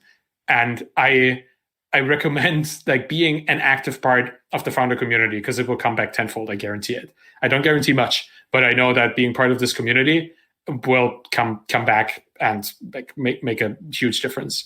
So that's kind of why I subbed, because I want to lead by example. I want to encourage everybody who's watching to sub. Obviously, follow and sub, hit that subscribe button. But it's definitely one of the least things we can do is to help people that help other people. Yeah, no, I've often thought about this, like, and it's weird. There's a sentence I've always really liked, which was, give or take the phrase, if we live in a world where it's profitable to do good, then we live in a good world. Like all we can aim for is to make doing good profitable, which is, it kind of a tangent here, but I think a lot of people do share in public because it simultaneously benefits them and it's good for the world, and that's amazing, right? Yeah. But also I think there's like this perhaps underwritten, unconscious, behind the scenes sort of vibe of this entrepreneur community where we're all trying to do something that's just really hard, and nobody really gives a crap. Nobody really throws you a bone. And so, I wrote a talk once. Called How to Make People Like You. And the entire talk was based on this singular premise of all it takes to make people like you is to go one step beyond what they would expect a person to do, right? Nobody knows when their birthday is. You say happy birthday to them. That's a big deal. Instead of saying, how are you today? You say like, hey man, how have you been? Like, how's your dad? You know, is he okay? And if like something had happened, right? And that's literally all it takes. And I think what we kind of see in the entrepreneurship community is literally just that concept applied, right? In this sort of like, we're all kind of having a crap time a lot of the time. And so even just giving like this one little bit of support, this one bit of love, this one bit of help that doesn't really cost us much ends up having like such a multiplicative exponential effect on the other person, right? And so in that same way that it would be to make people like you, right? It is also the fastest way to make an impact on somebody, right? Because that's the reason why they start to like you, is because you've said something that is so meaningful, even though it didn't take a lot of effort. Yeah, so I really think it's like that shared sort of not having a whole lot of fun a lot of the time, where the opportunity to give somebody a large surge of happiness with very little effort is a big deal. You know, I compare it in my community. I think that's the point. Yeah. Yeah, that is the point. It costs you nothing, but it can make the world to the person on the other side. Even following them. I get it a lot now that I'm a bit more exposed in the community. When I follow people that don't have many followers, they're so happy. They post screenshots of that. And I always feel like, it's kind of cringe, you know, because I'm just a person that is also trying to do interesting stuff on Twitter. But then I recognize it as a genuine consequence of feeling positively surprised, like they would have never thought. And then it did happen, and then it really made their day. It wasn't much for me. I followed the person that I thought is interesting, but for them it meant, oh, I'm validated. I am interesting. I always thought I wasn't. I always thought I was just another person, but now I'm a founder that has been, at least for a blip of a second, on the radar of somebody that they admire or that they trust or that they listen to. And that, I've seen this with lots of people that have done this a while ago. In some people, this one thing, that me following them or retweeting them, has unlocked a lot. They actually started a business as a consequence of that, which is mind-blowing to me. But it also means that I have the responsibility to help as many people as possible, you know? Because if I can do this to somebody by the mere act of following them, well, then I better spend a couple minutes every day following people who I think could benefit from that. Because I'm now... it turned from privilege into a responsibility. Yeah, no, I kind of like that. That's rating, right? Like within Twitch, that is the like. Yeah, I will not end a stream without rating. You know, and I get rated by people with 4 viewers sometimes. Yeah, I get rated by people with 2 viewers, and then I go raid people sometimes with 4 viewers, with 2 viewers. Right, the day I started. The only reason you and I are talking today, the only reason I am a streamer, I never intended for this. This was never part of my life plan. I was struggling to be productive. One random Friday, I decided I'm going to stream my coding to Twitch, and we're just to keep me productive. I'm going to force myself to talk through what I'm doing. And I did that for 2 days. And on the second day, I got rated with over 100 people by the Primogen. Then nice. I cried. I literally just cried. I was so overwhelmed. I didn't know what was happening. And it was the most exciting, most fun time of my life. So I turned on the stream the next day, and a few of them returned. And then he rated me again the next day. Same exact guy. Same time. Same thing happened. And he had his chat vote on it. It was this legendary moment, right? And I've told him, once a month I fucking tell him. When I resubscribe to him every month, I tell him, like, I know you know this. And I've said it 10 times, but I'll say it every other time, right? Like, he changed my life, and now I have a small platform, and now I continue to tell some of my friends. Literally, I was just talking about this with my buddy Bash a few days ago. That a lot of people in chat know. You know, she's very new, but she's an amazing streamer and has gotten a very, very big following quickly. And I told her, your raid can now change someone's life, right? You're at the size of the raid that I got on my first day, right? And you could be the reason another me shows up, right? And it's a huge thing, and it's the same thing with the Twitter following, right? Now that you have that, and even Peter, right? Peter showed up in my chat, and I was at 900 followers at the time, and I think I went to over 1,000. I grew 10%, 15% just because of him, right? And he changed my life. Hell, I moved to fucking Southeast Asia because of his ass, right? It's all thanks to him, right? How wild is that? Some random freaking Twitch interaction, and it's just it constantly. And we get to chat with those people. Yeah, that's the part that is the most amazing thing, is that we actually get to have a communication channel that we can reliably use. On Twitter, it's DMs, right? The moment you have one DM established from one person to the other, you have this channel forever. You can always talk to them. And most people at a certain scale, they have DMs open. Obviously, it's a clusterfuck, right? Because I have 22,000 followers right now. I get bombarded with DMs every day, but among them, sometimes is a really good one. And then I respond. And it's really nice. And then it opens up this channel that I get to then track people's progress with their projects and with their businesses, or get to answer their questions for months, and sometimes even years. I had people reach out to me when I was still really small, and I've been chatting with them in the DMs ever since. I've essentially been mentoring through DMs because they chose to reach out to me at some point. And this is I'm not saying I'm a big deal. Of course I'm not, but you can get access to big people that you think are a big deal very easily. Engage with them, have a conversation in public, make it interesting to them, invite them into the DM if they don't allow it anyway in the first place, and they will reach out to you because they will see that here's somebody that's actually willing to have a conversation and willing to empower other people, enable other people, engage with people where they are, all these little things. So we are living in a time where I could reach out, and I did reach out to the authors of the books that I admire. John Morello is the story, right? Built to Sell. I went on Twitter, I tagged him a couple times, and then I sent him a message. Hey, I really like your stuff. And from there he invited me onto his podcast. He gave me early access to his latest book that he wrote, still chatting from time to time, helping each other with some marketing things, right? Exposing our products to each other's audiences. Partnerships with people you never thought you would have access to. I don't know if you read the book Hooked by Nir Eyal.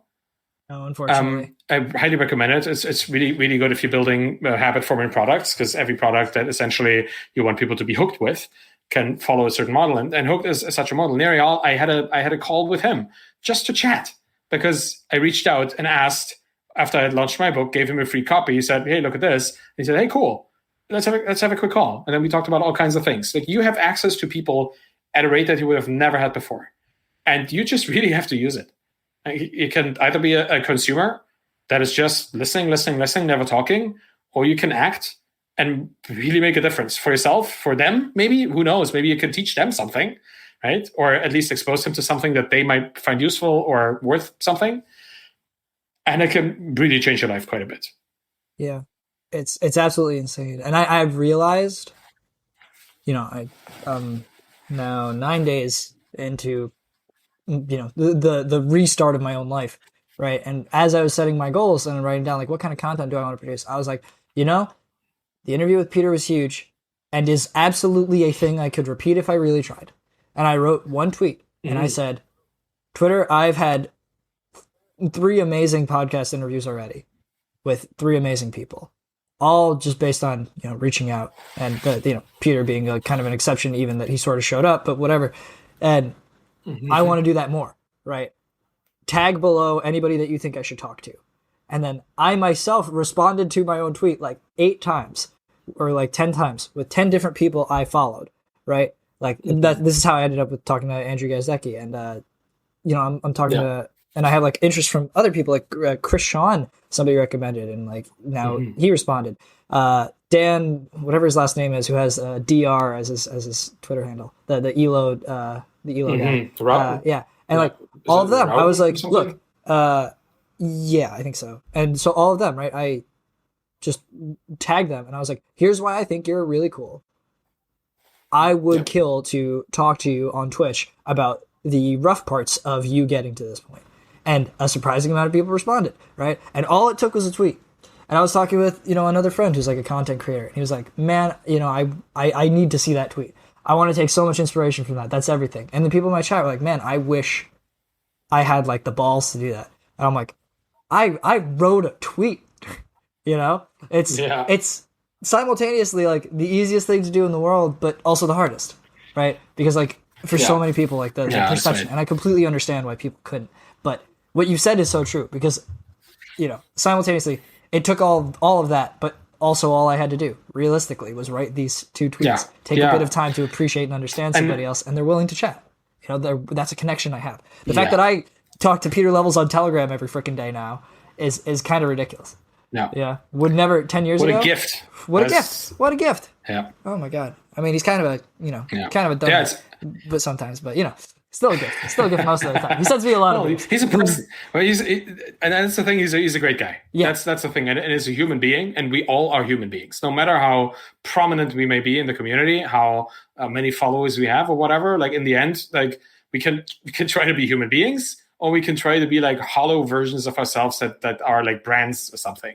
I tend to want to be a human. I seek interaction. That's the reason why I read chat, right? Because I care about what people think and what people want to know. And if I have the opportunity to read about what people think and questions they might have for me, well, then I will do it.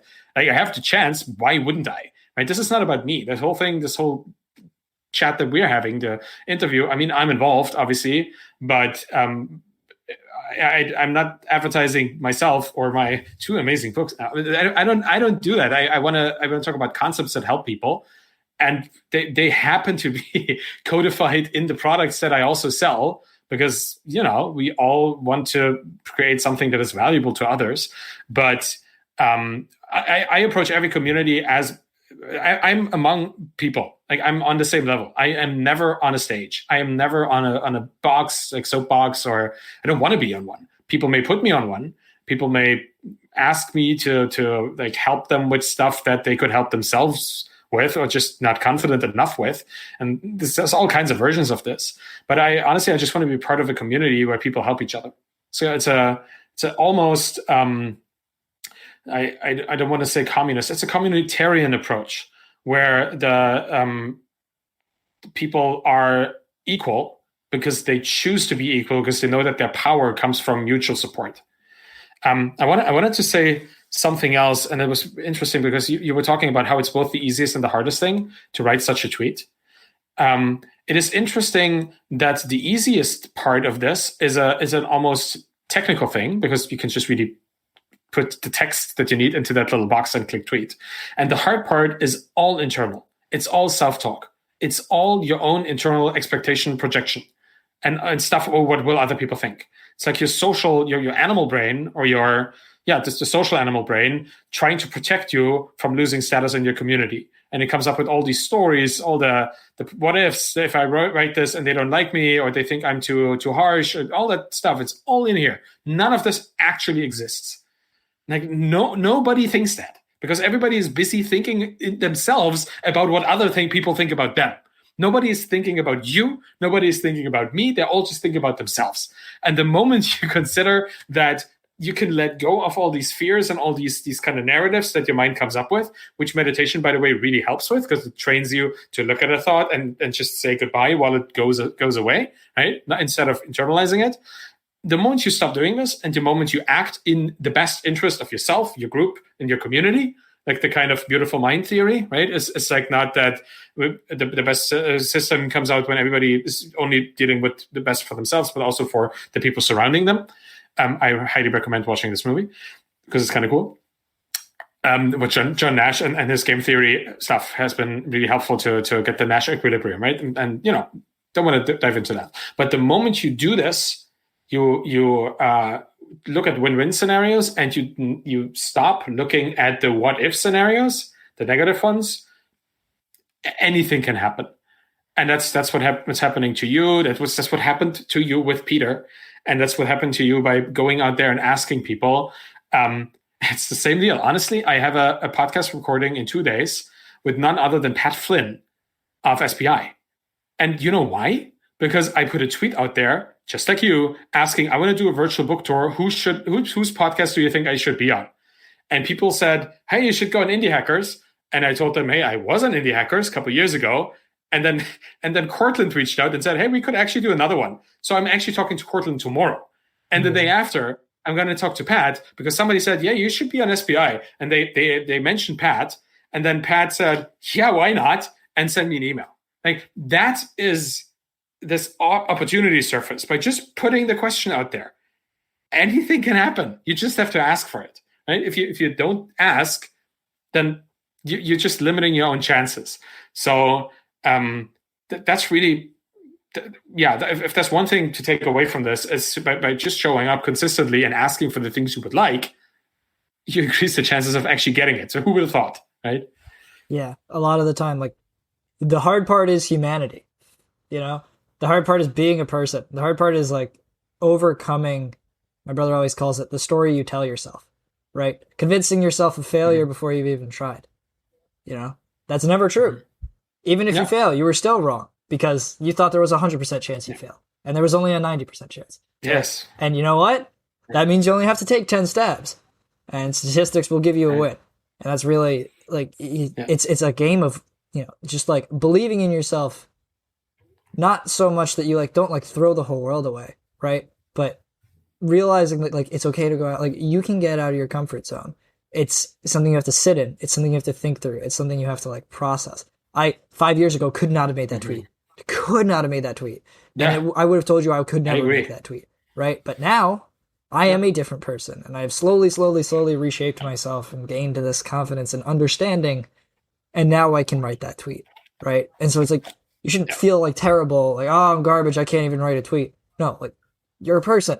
It's humanity. Yeah. It's who you are to have these struggles. Whether that's with this or you struggle with sales, there's too much anxiety about the cold email and everything. That's natural. It's a muscle, and it's And okay also, that you have to work out. if you're not there yet, if you feel right now like you can't write that tweet, that is also fine.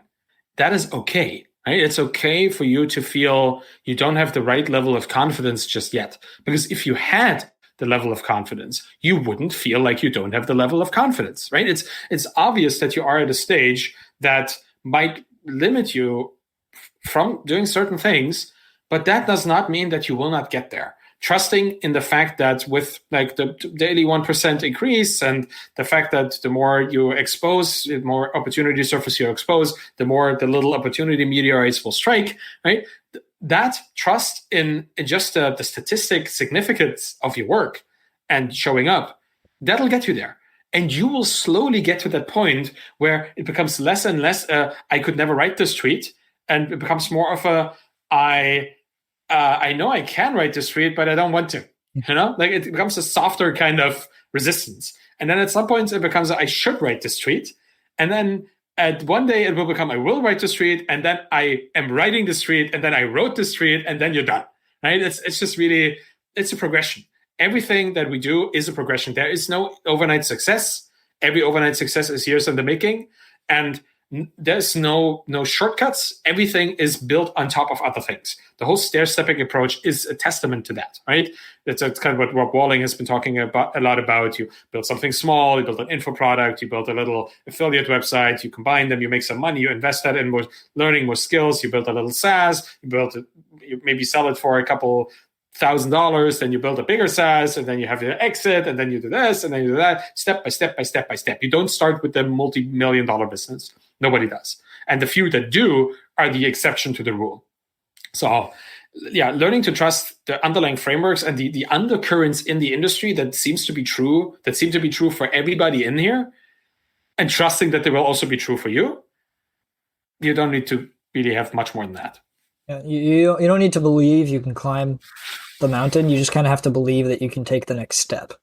And if you can do that enough times, you get there. Oh, that reminds me of one thing that I wanted to say, because we were talking about this earlier when we were looking at like, that's the next big thing. I now have a great business, but I'm not a billionaire, that kind of thing. At that moment, I was thinking, comparing yourself to other people is always wrong.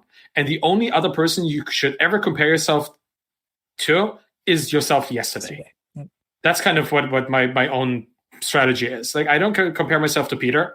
Peter has a great SaaS. Peter has a following that is 5-ish times my following, and the moment I'm at 100,000 followers, he probably has 1 million, so I'll never catch up to Peter, and I don't need to, because I am on my own journey. Like, why would I even need to catch up with somebody who started 10 years earlier than I did? Like, it's just not, there is no such thing as him actually competing with me, which is why we chat, which is why we like each other, because we're not competitors. Like, we might a little bit compete for attention, but we throw more people to each other in talking about stuff that we care about than we are taking away from each other just in terms of attention. So the only person that I want to be better than is my yesterday self. Yeah. And I usually do this every single day. There's something I learned, there's something I teach good enough for me. And do this every single day, and you'll have an impact. Yeah. No, 1,000%.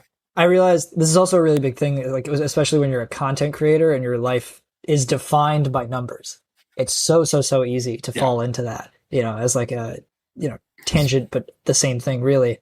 And one of the things, again, I realized recently in a good conversation with my buddy Don was the only thing you should take out of other people is inspiration from a piece of them, and not that you want to be them as though they are some sculpted perfect person, right? The only perfect person you should want to be is a future version of yourself, not somebody else, right? And so I see like the Primogen, Yes. amazing streamer, right? Like probably, the greatest streamer I know.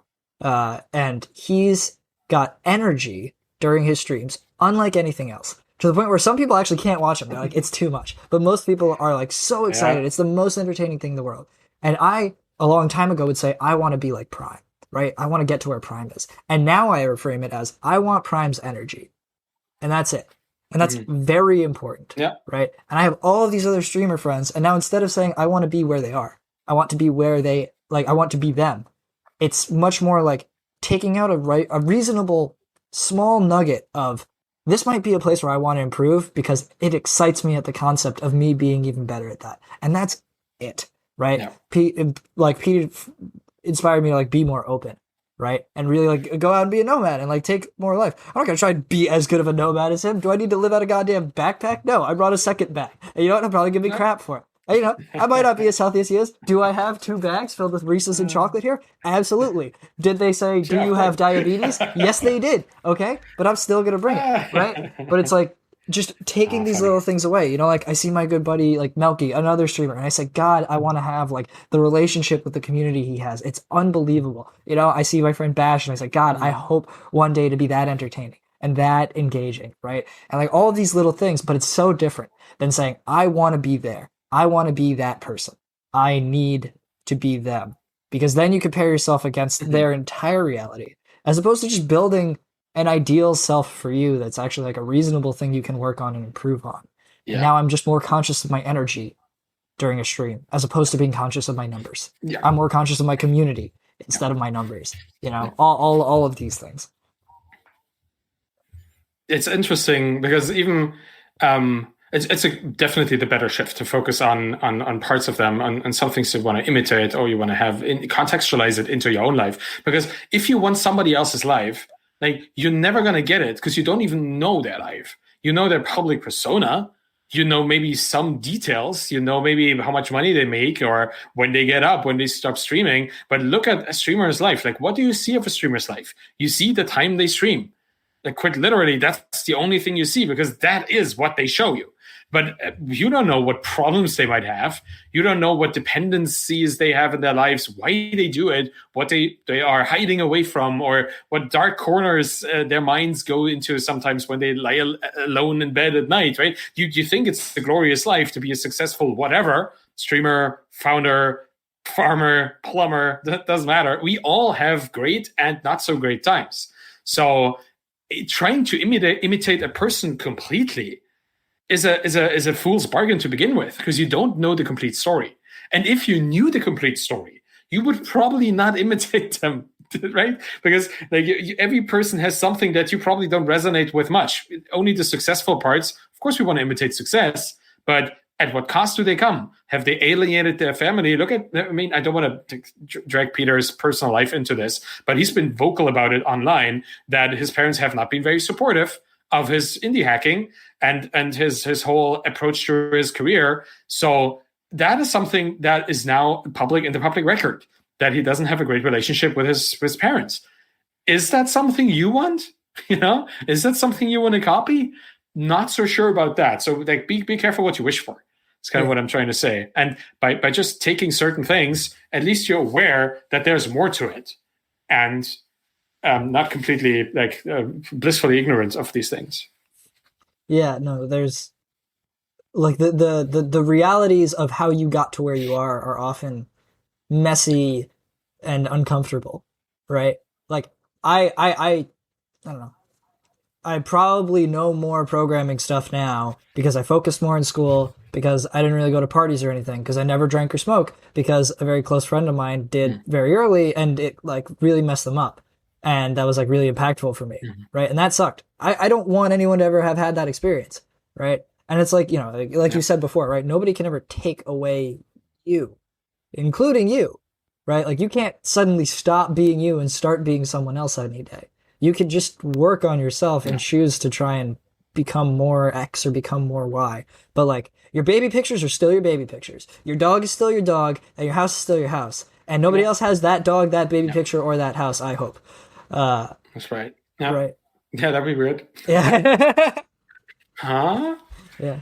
I mean, that would be a level of imitation that is just top notch, right? You Like know what? If you they got get their the same baby dog, they pictures, built. you know what? You can be Peter now. You can be Peter. You find a baby picture, Yeah, that's that's it. right. You win. You get his Twitter account. It's legally. You can tell him I said that. Don't tell him I said that. Um, Oh, that's funny. yeah. Yeah.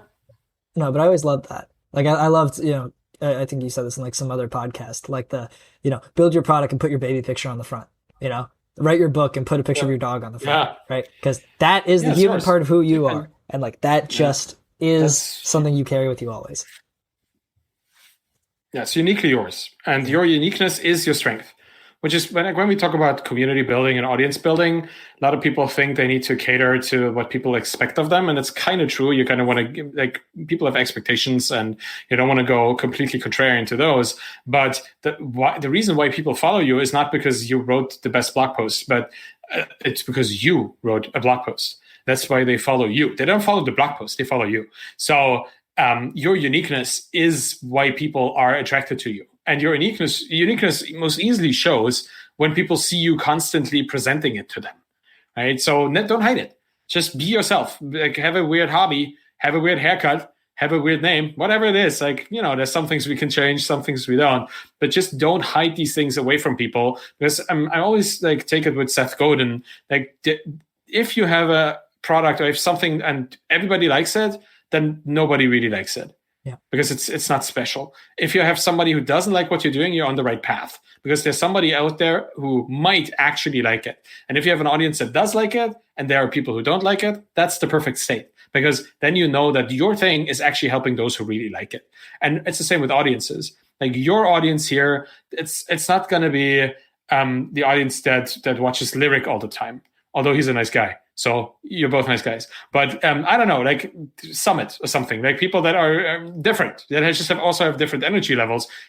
Some people might like him. They might like you too. But I would assume that people who watch you may not be Summit viewers as much. No idea. Maybe it's not, but it doesn't matter. The idea is that he has an audience for himself that is specific to him, that like him. And you have an audience for yourself that is specific to you and they like you. And that is awesome. Because why would it be? Why would we need to be everybody's pal, right? It's actually nice to be somebody who people may or may not like, and then at least you have a uniqueness to yourself, and you can use it, and you should be using it. And anything you do, building a business, creating a product, put baby pictures in there, or just creating an audience, creating a brand, you are the thing that nobody can clone yet. I don't know. Maybe the technology for that will be there in the future, but people can clone your SaaS. Like obviously they can build the exact same software, like down to the pixel, because that is something that is technically clonable, but they cannot clone your drive, your motivation, your inspiration, your vision, your plans, your unique intersection of your skills, like your knowledge, your experience, the anecdotes that you have that drive your communication with people. All of that is uniquely yours and nobody can touch it. So use it, because that's what makes you you. Yeah. I really I like chat too. Yeah, I realized that I'm on a team of streamers now, the only devs, a wonderful group of people, very, very talented people. And we talk about like the goal of being a streamer is, for lack of a better word, for you to become the entertainment as opposed to the work you're doing, right? Like we do code, but we want to be able to change from writing code to playing Apex Legends, and the viewer count doesn't drop at all, right? But it does. It drops a ton. It drops by half. It drops by, fucking 70-80% a lot of the time, which means we're not there yet, and that's okay. But like we can see those nuggets, because what matters is not that 70 or 80% left, it's that 20% stayed, right? Like I have a follower, Aiden, who uploads or Aiden upvotes every single thing I do, likes every single tweet, likes every single TikTok, right? Upvotes every single Reddit post, right? And he doesn't do it because he thinks every single tweet is just the best goddamn tweet he's ever seen. Although I did make them, so they probably are. But right, he does it because he wants to support me, right? And he takes a lot of Yes. joy out of like being supportive, right? And I realize like that is like the nugget that shows me like I'm on the right track. Is like I am slowly Yeah. seeing people like that enter the community, and that's really the thing that you want. Is the content is helpful and that's amazing, right? And it's entertaining in that moment and that's amazing. But really, you want like that, the 1,000 true fans, right? The 1,000 people who follow you for Yeah. you, who will go to with you to any startup. And Peter's talked about that, right? Like he starts a new project, he can pretty easily get pretty high on Product Hunt now, just because he's like, hey, I built a thing, and everyone's like, oh, I like this guy, and that's all it takes a lot of the time, or at least to get started. Yeah. And that, as you've said in all of your books and podcasts and everything, right? That's the thing you get to take with you, wherever you are, whatever company you're working on. And God bless it, it's so powerful. Yeah.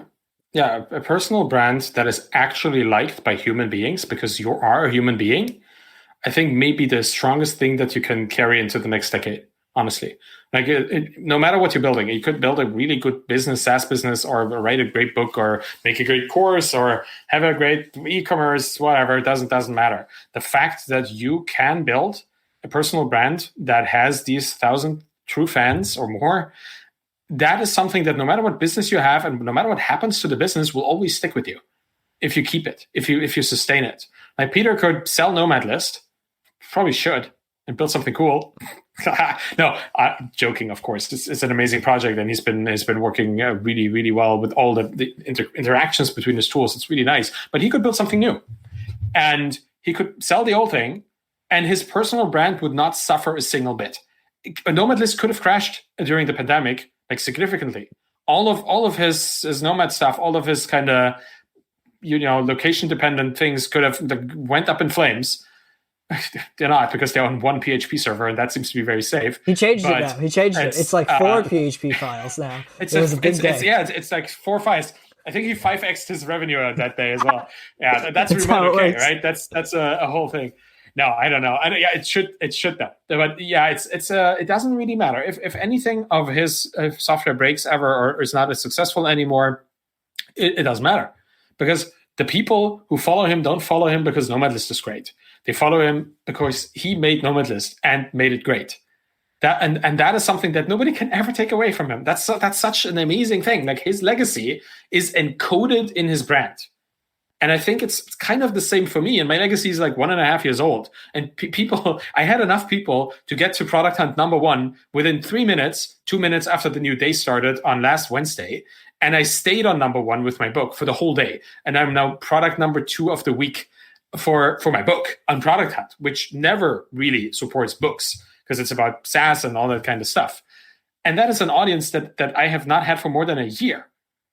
Imagine compounding this over a decade by just being there and building interesting shit and sharing it with people. Like the length to which you can go to do whatever you want and have people actually support you because they want you to succeed. That's just incredibly powerful. And I think everybody can do this because there's so many different small communities out there where certain things intersect. Like for me, I'm intersecting at a writer, entrepreneur, software engineer. There are not too many of those.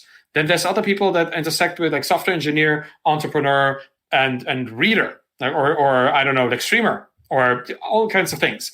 The amount of combinations in this field, it's mind-boggling. And you can pick one of those because every single person here listening to this and watching this has a skill that I don't have.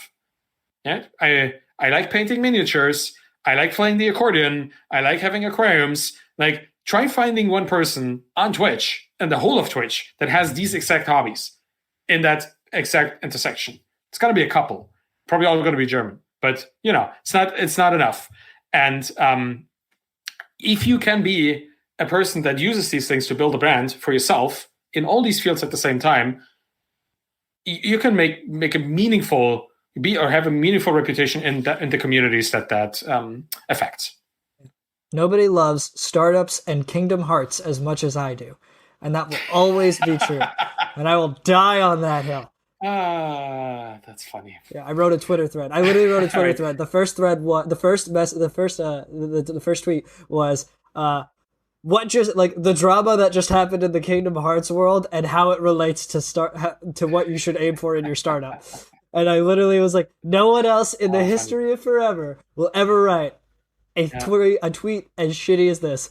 And I wrote like a 12 tweet thread, but it's something. It is unique. Did people like it? No, not at all. I got like 1 like, but if I make a lot of those, eventually somebody will recognize the intersection of the Kingdom Hearts community and the startup community. Like, all 6 of us will feel so cool, and it'll be so amazing. Yeah, one of the things that I write about in the Embedded Entrepreneur is to really look at the size of the audience that you're looking at, so that's not just 6 Kingdom Hearts fanatics, so, to build a business for. It would be amiss to say that you definitely need to make sure that the group of people that you target with this is big enough to actually build a meaningful reputation and that things make sense.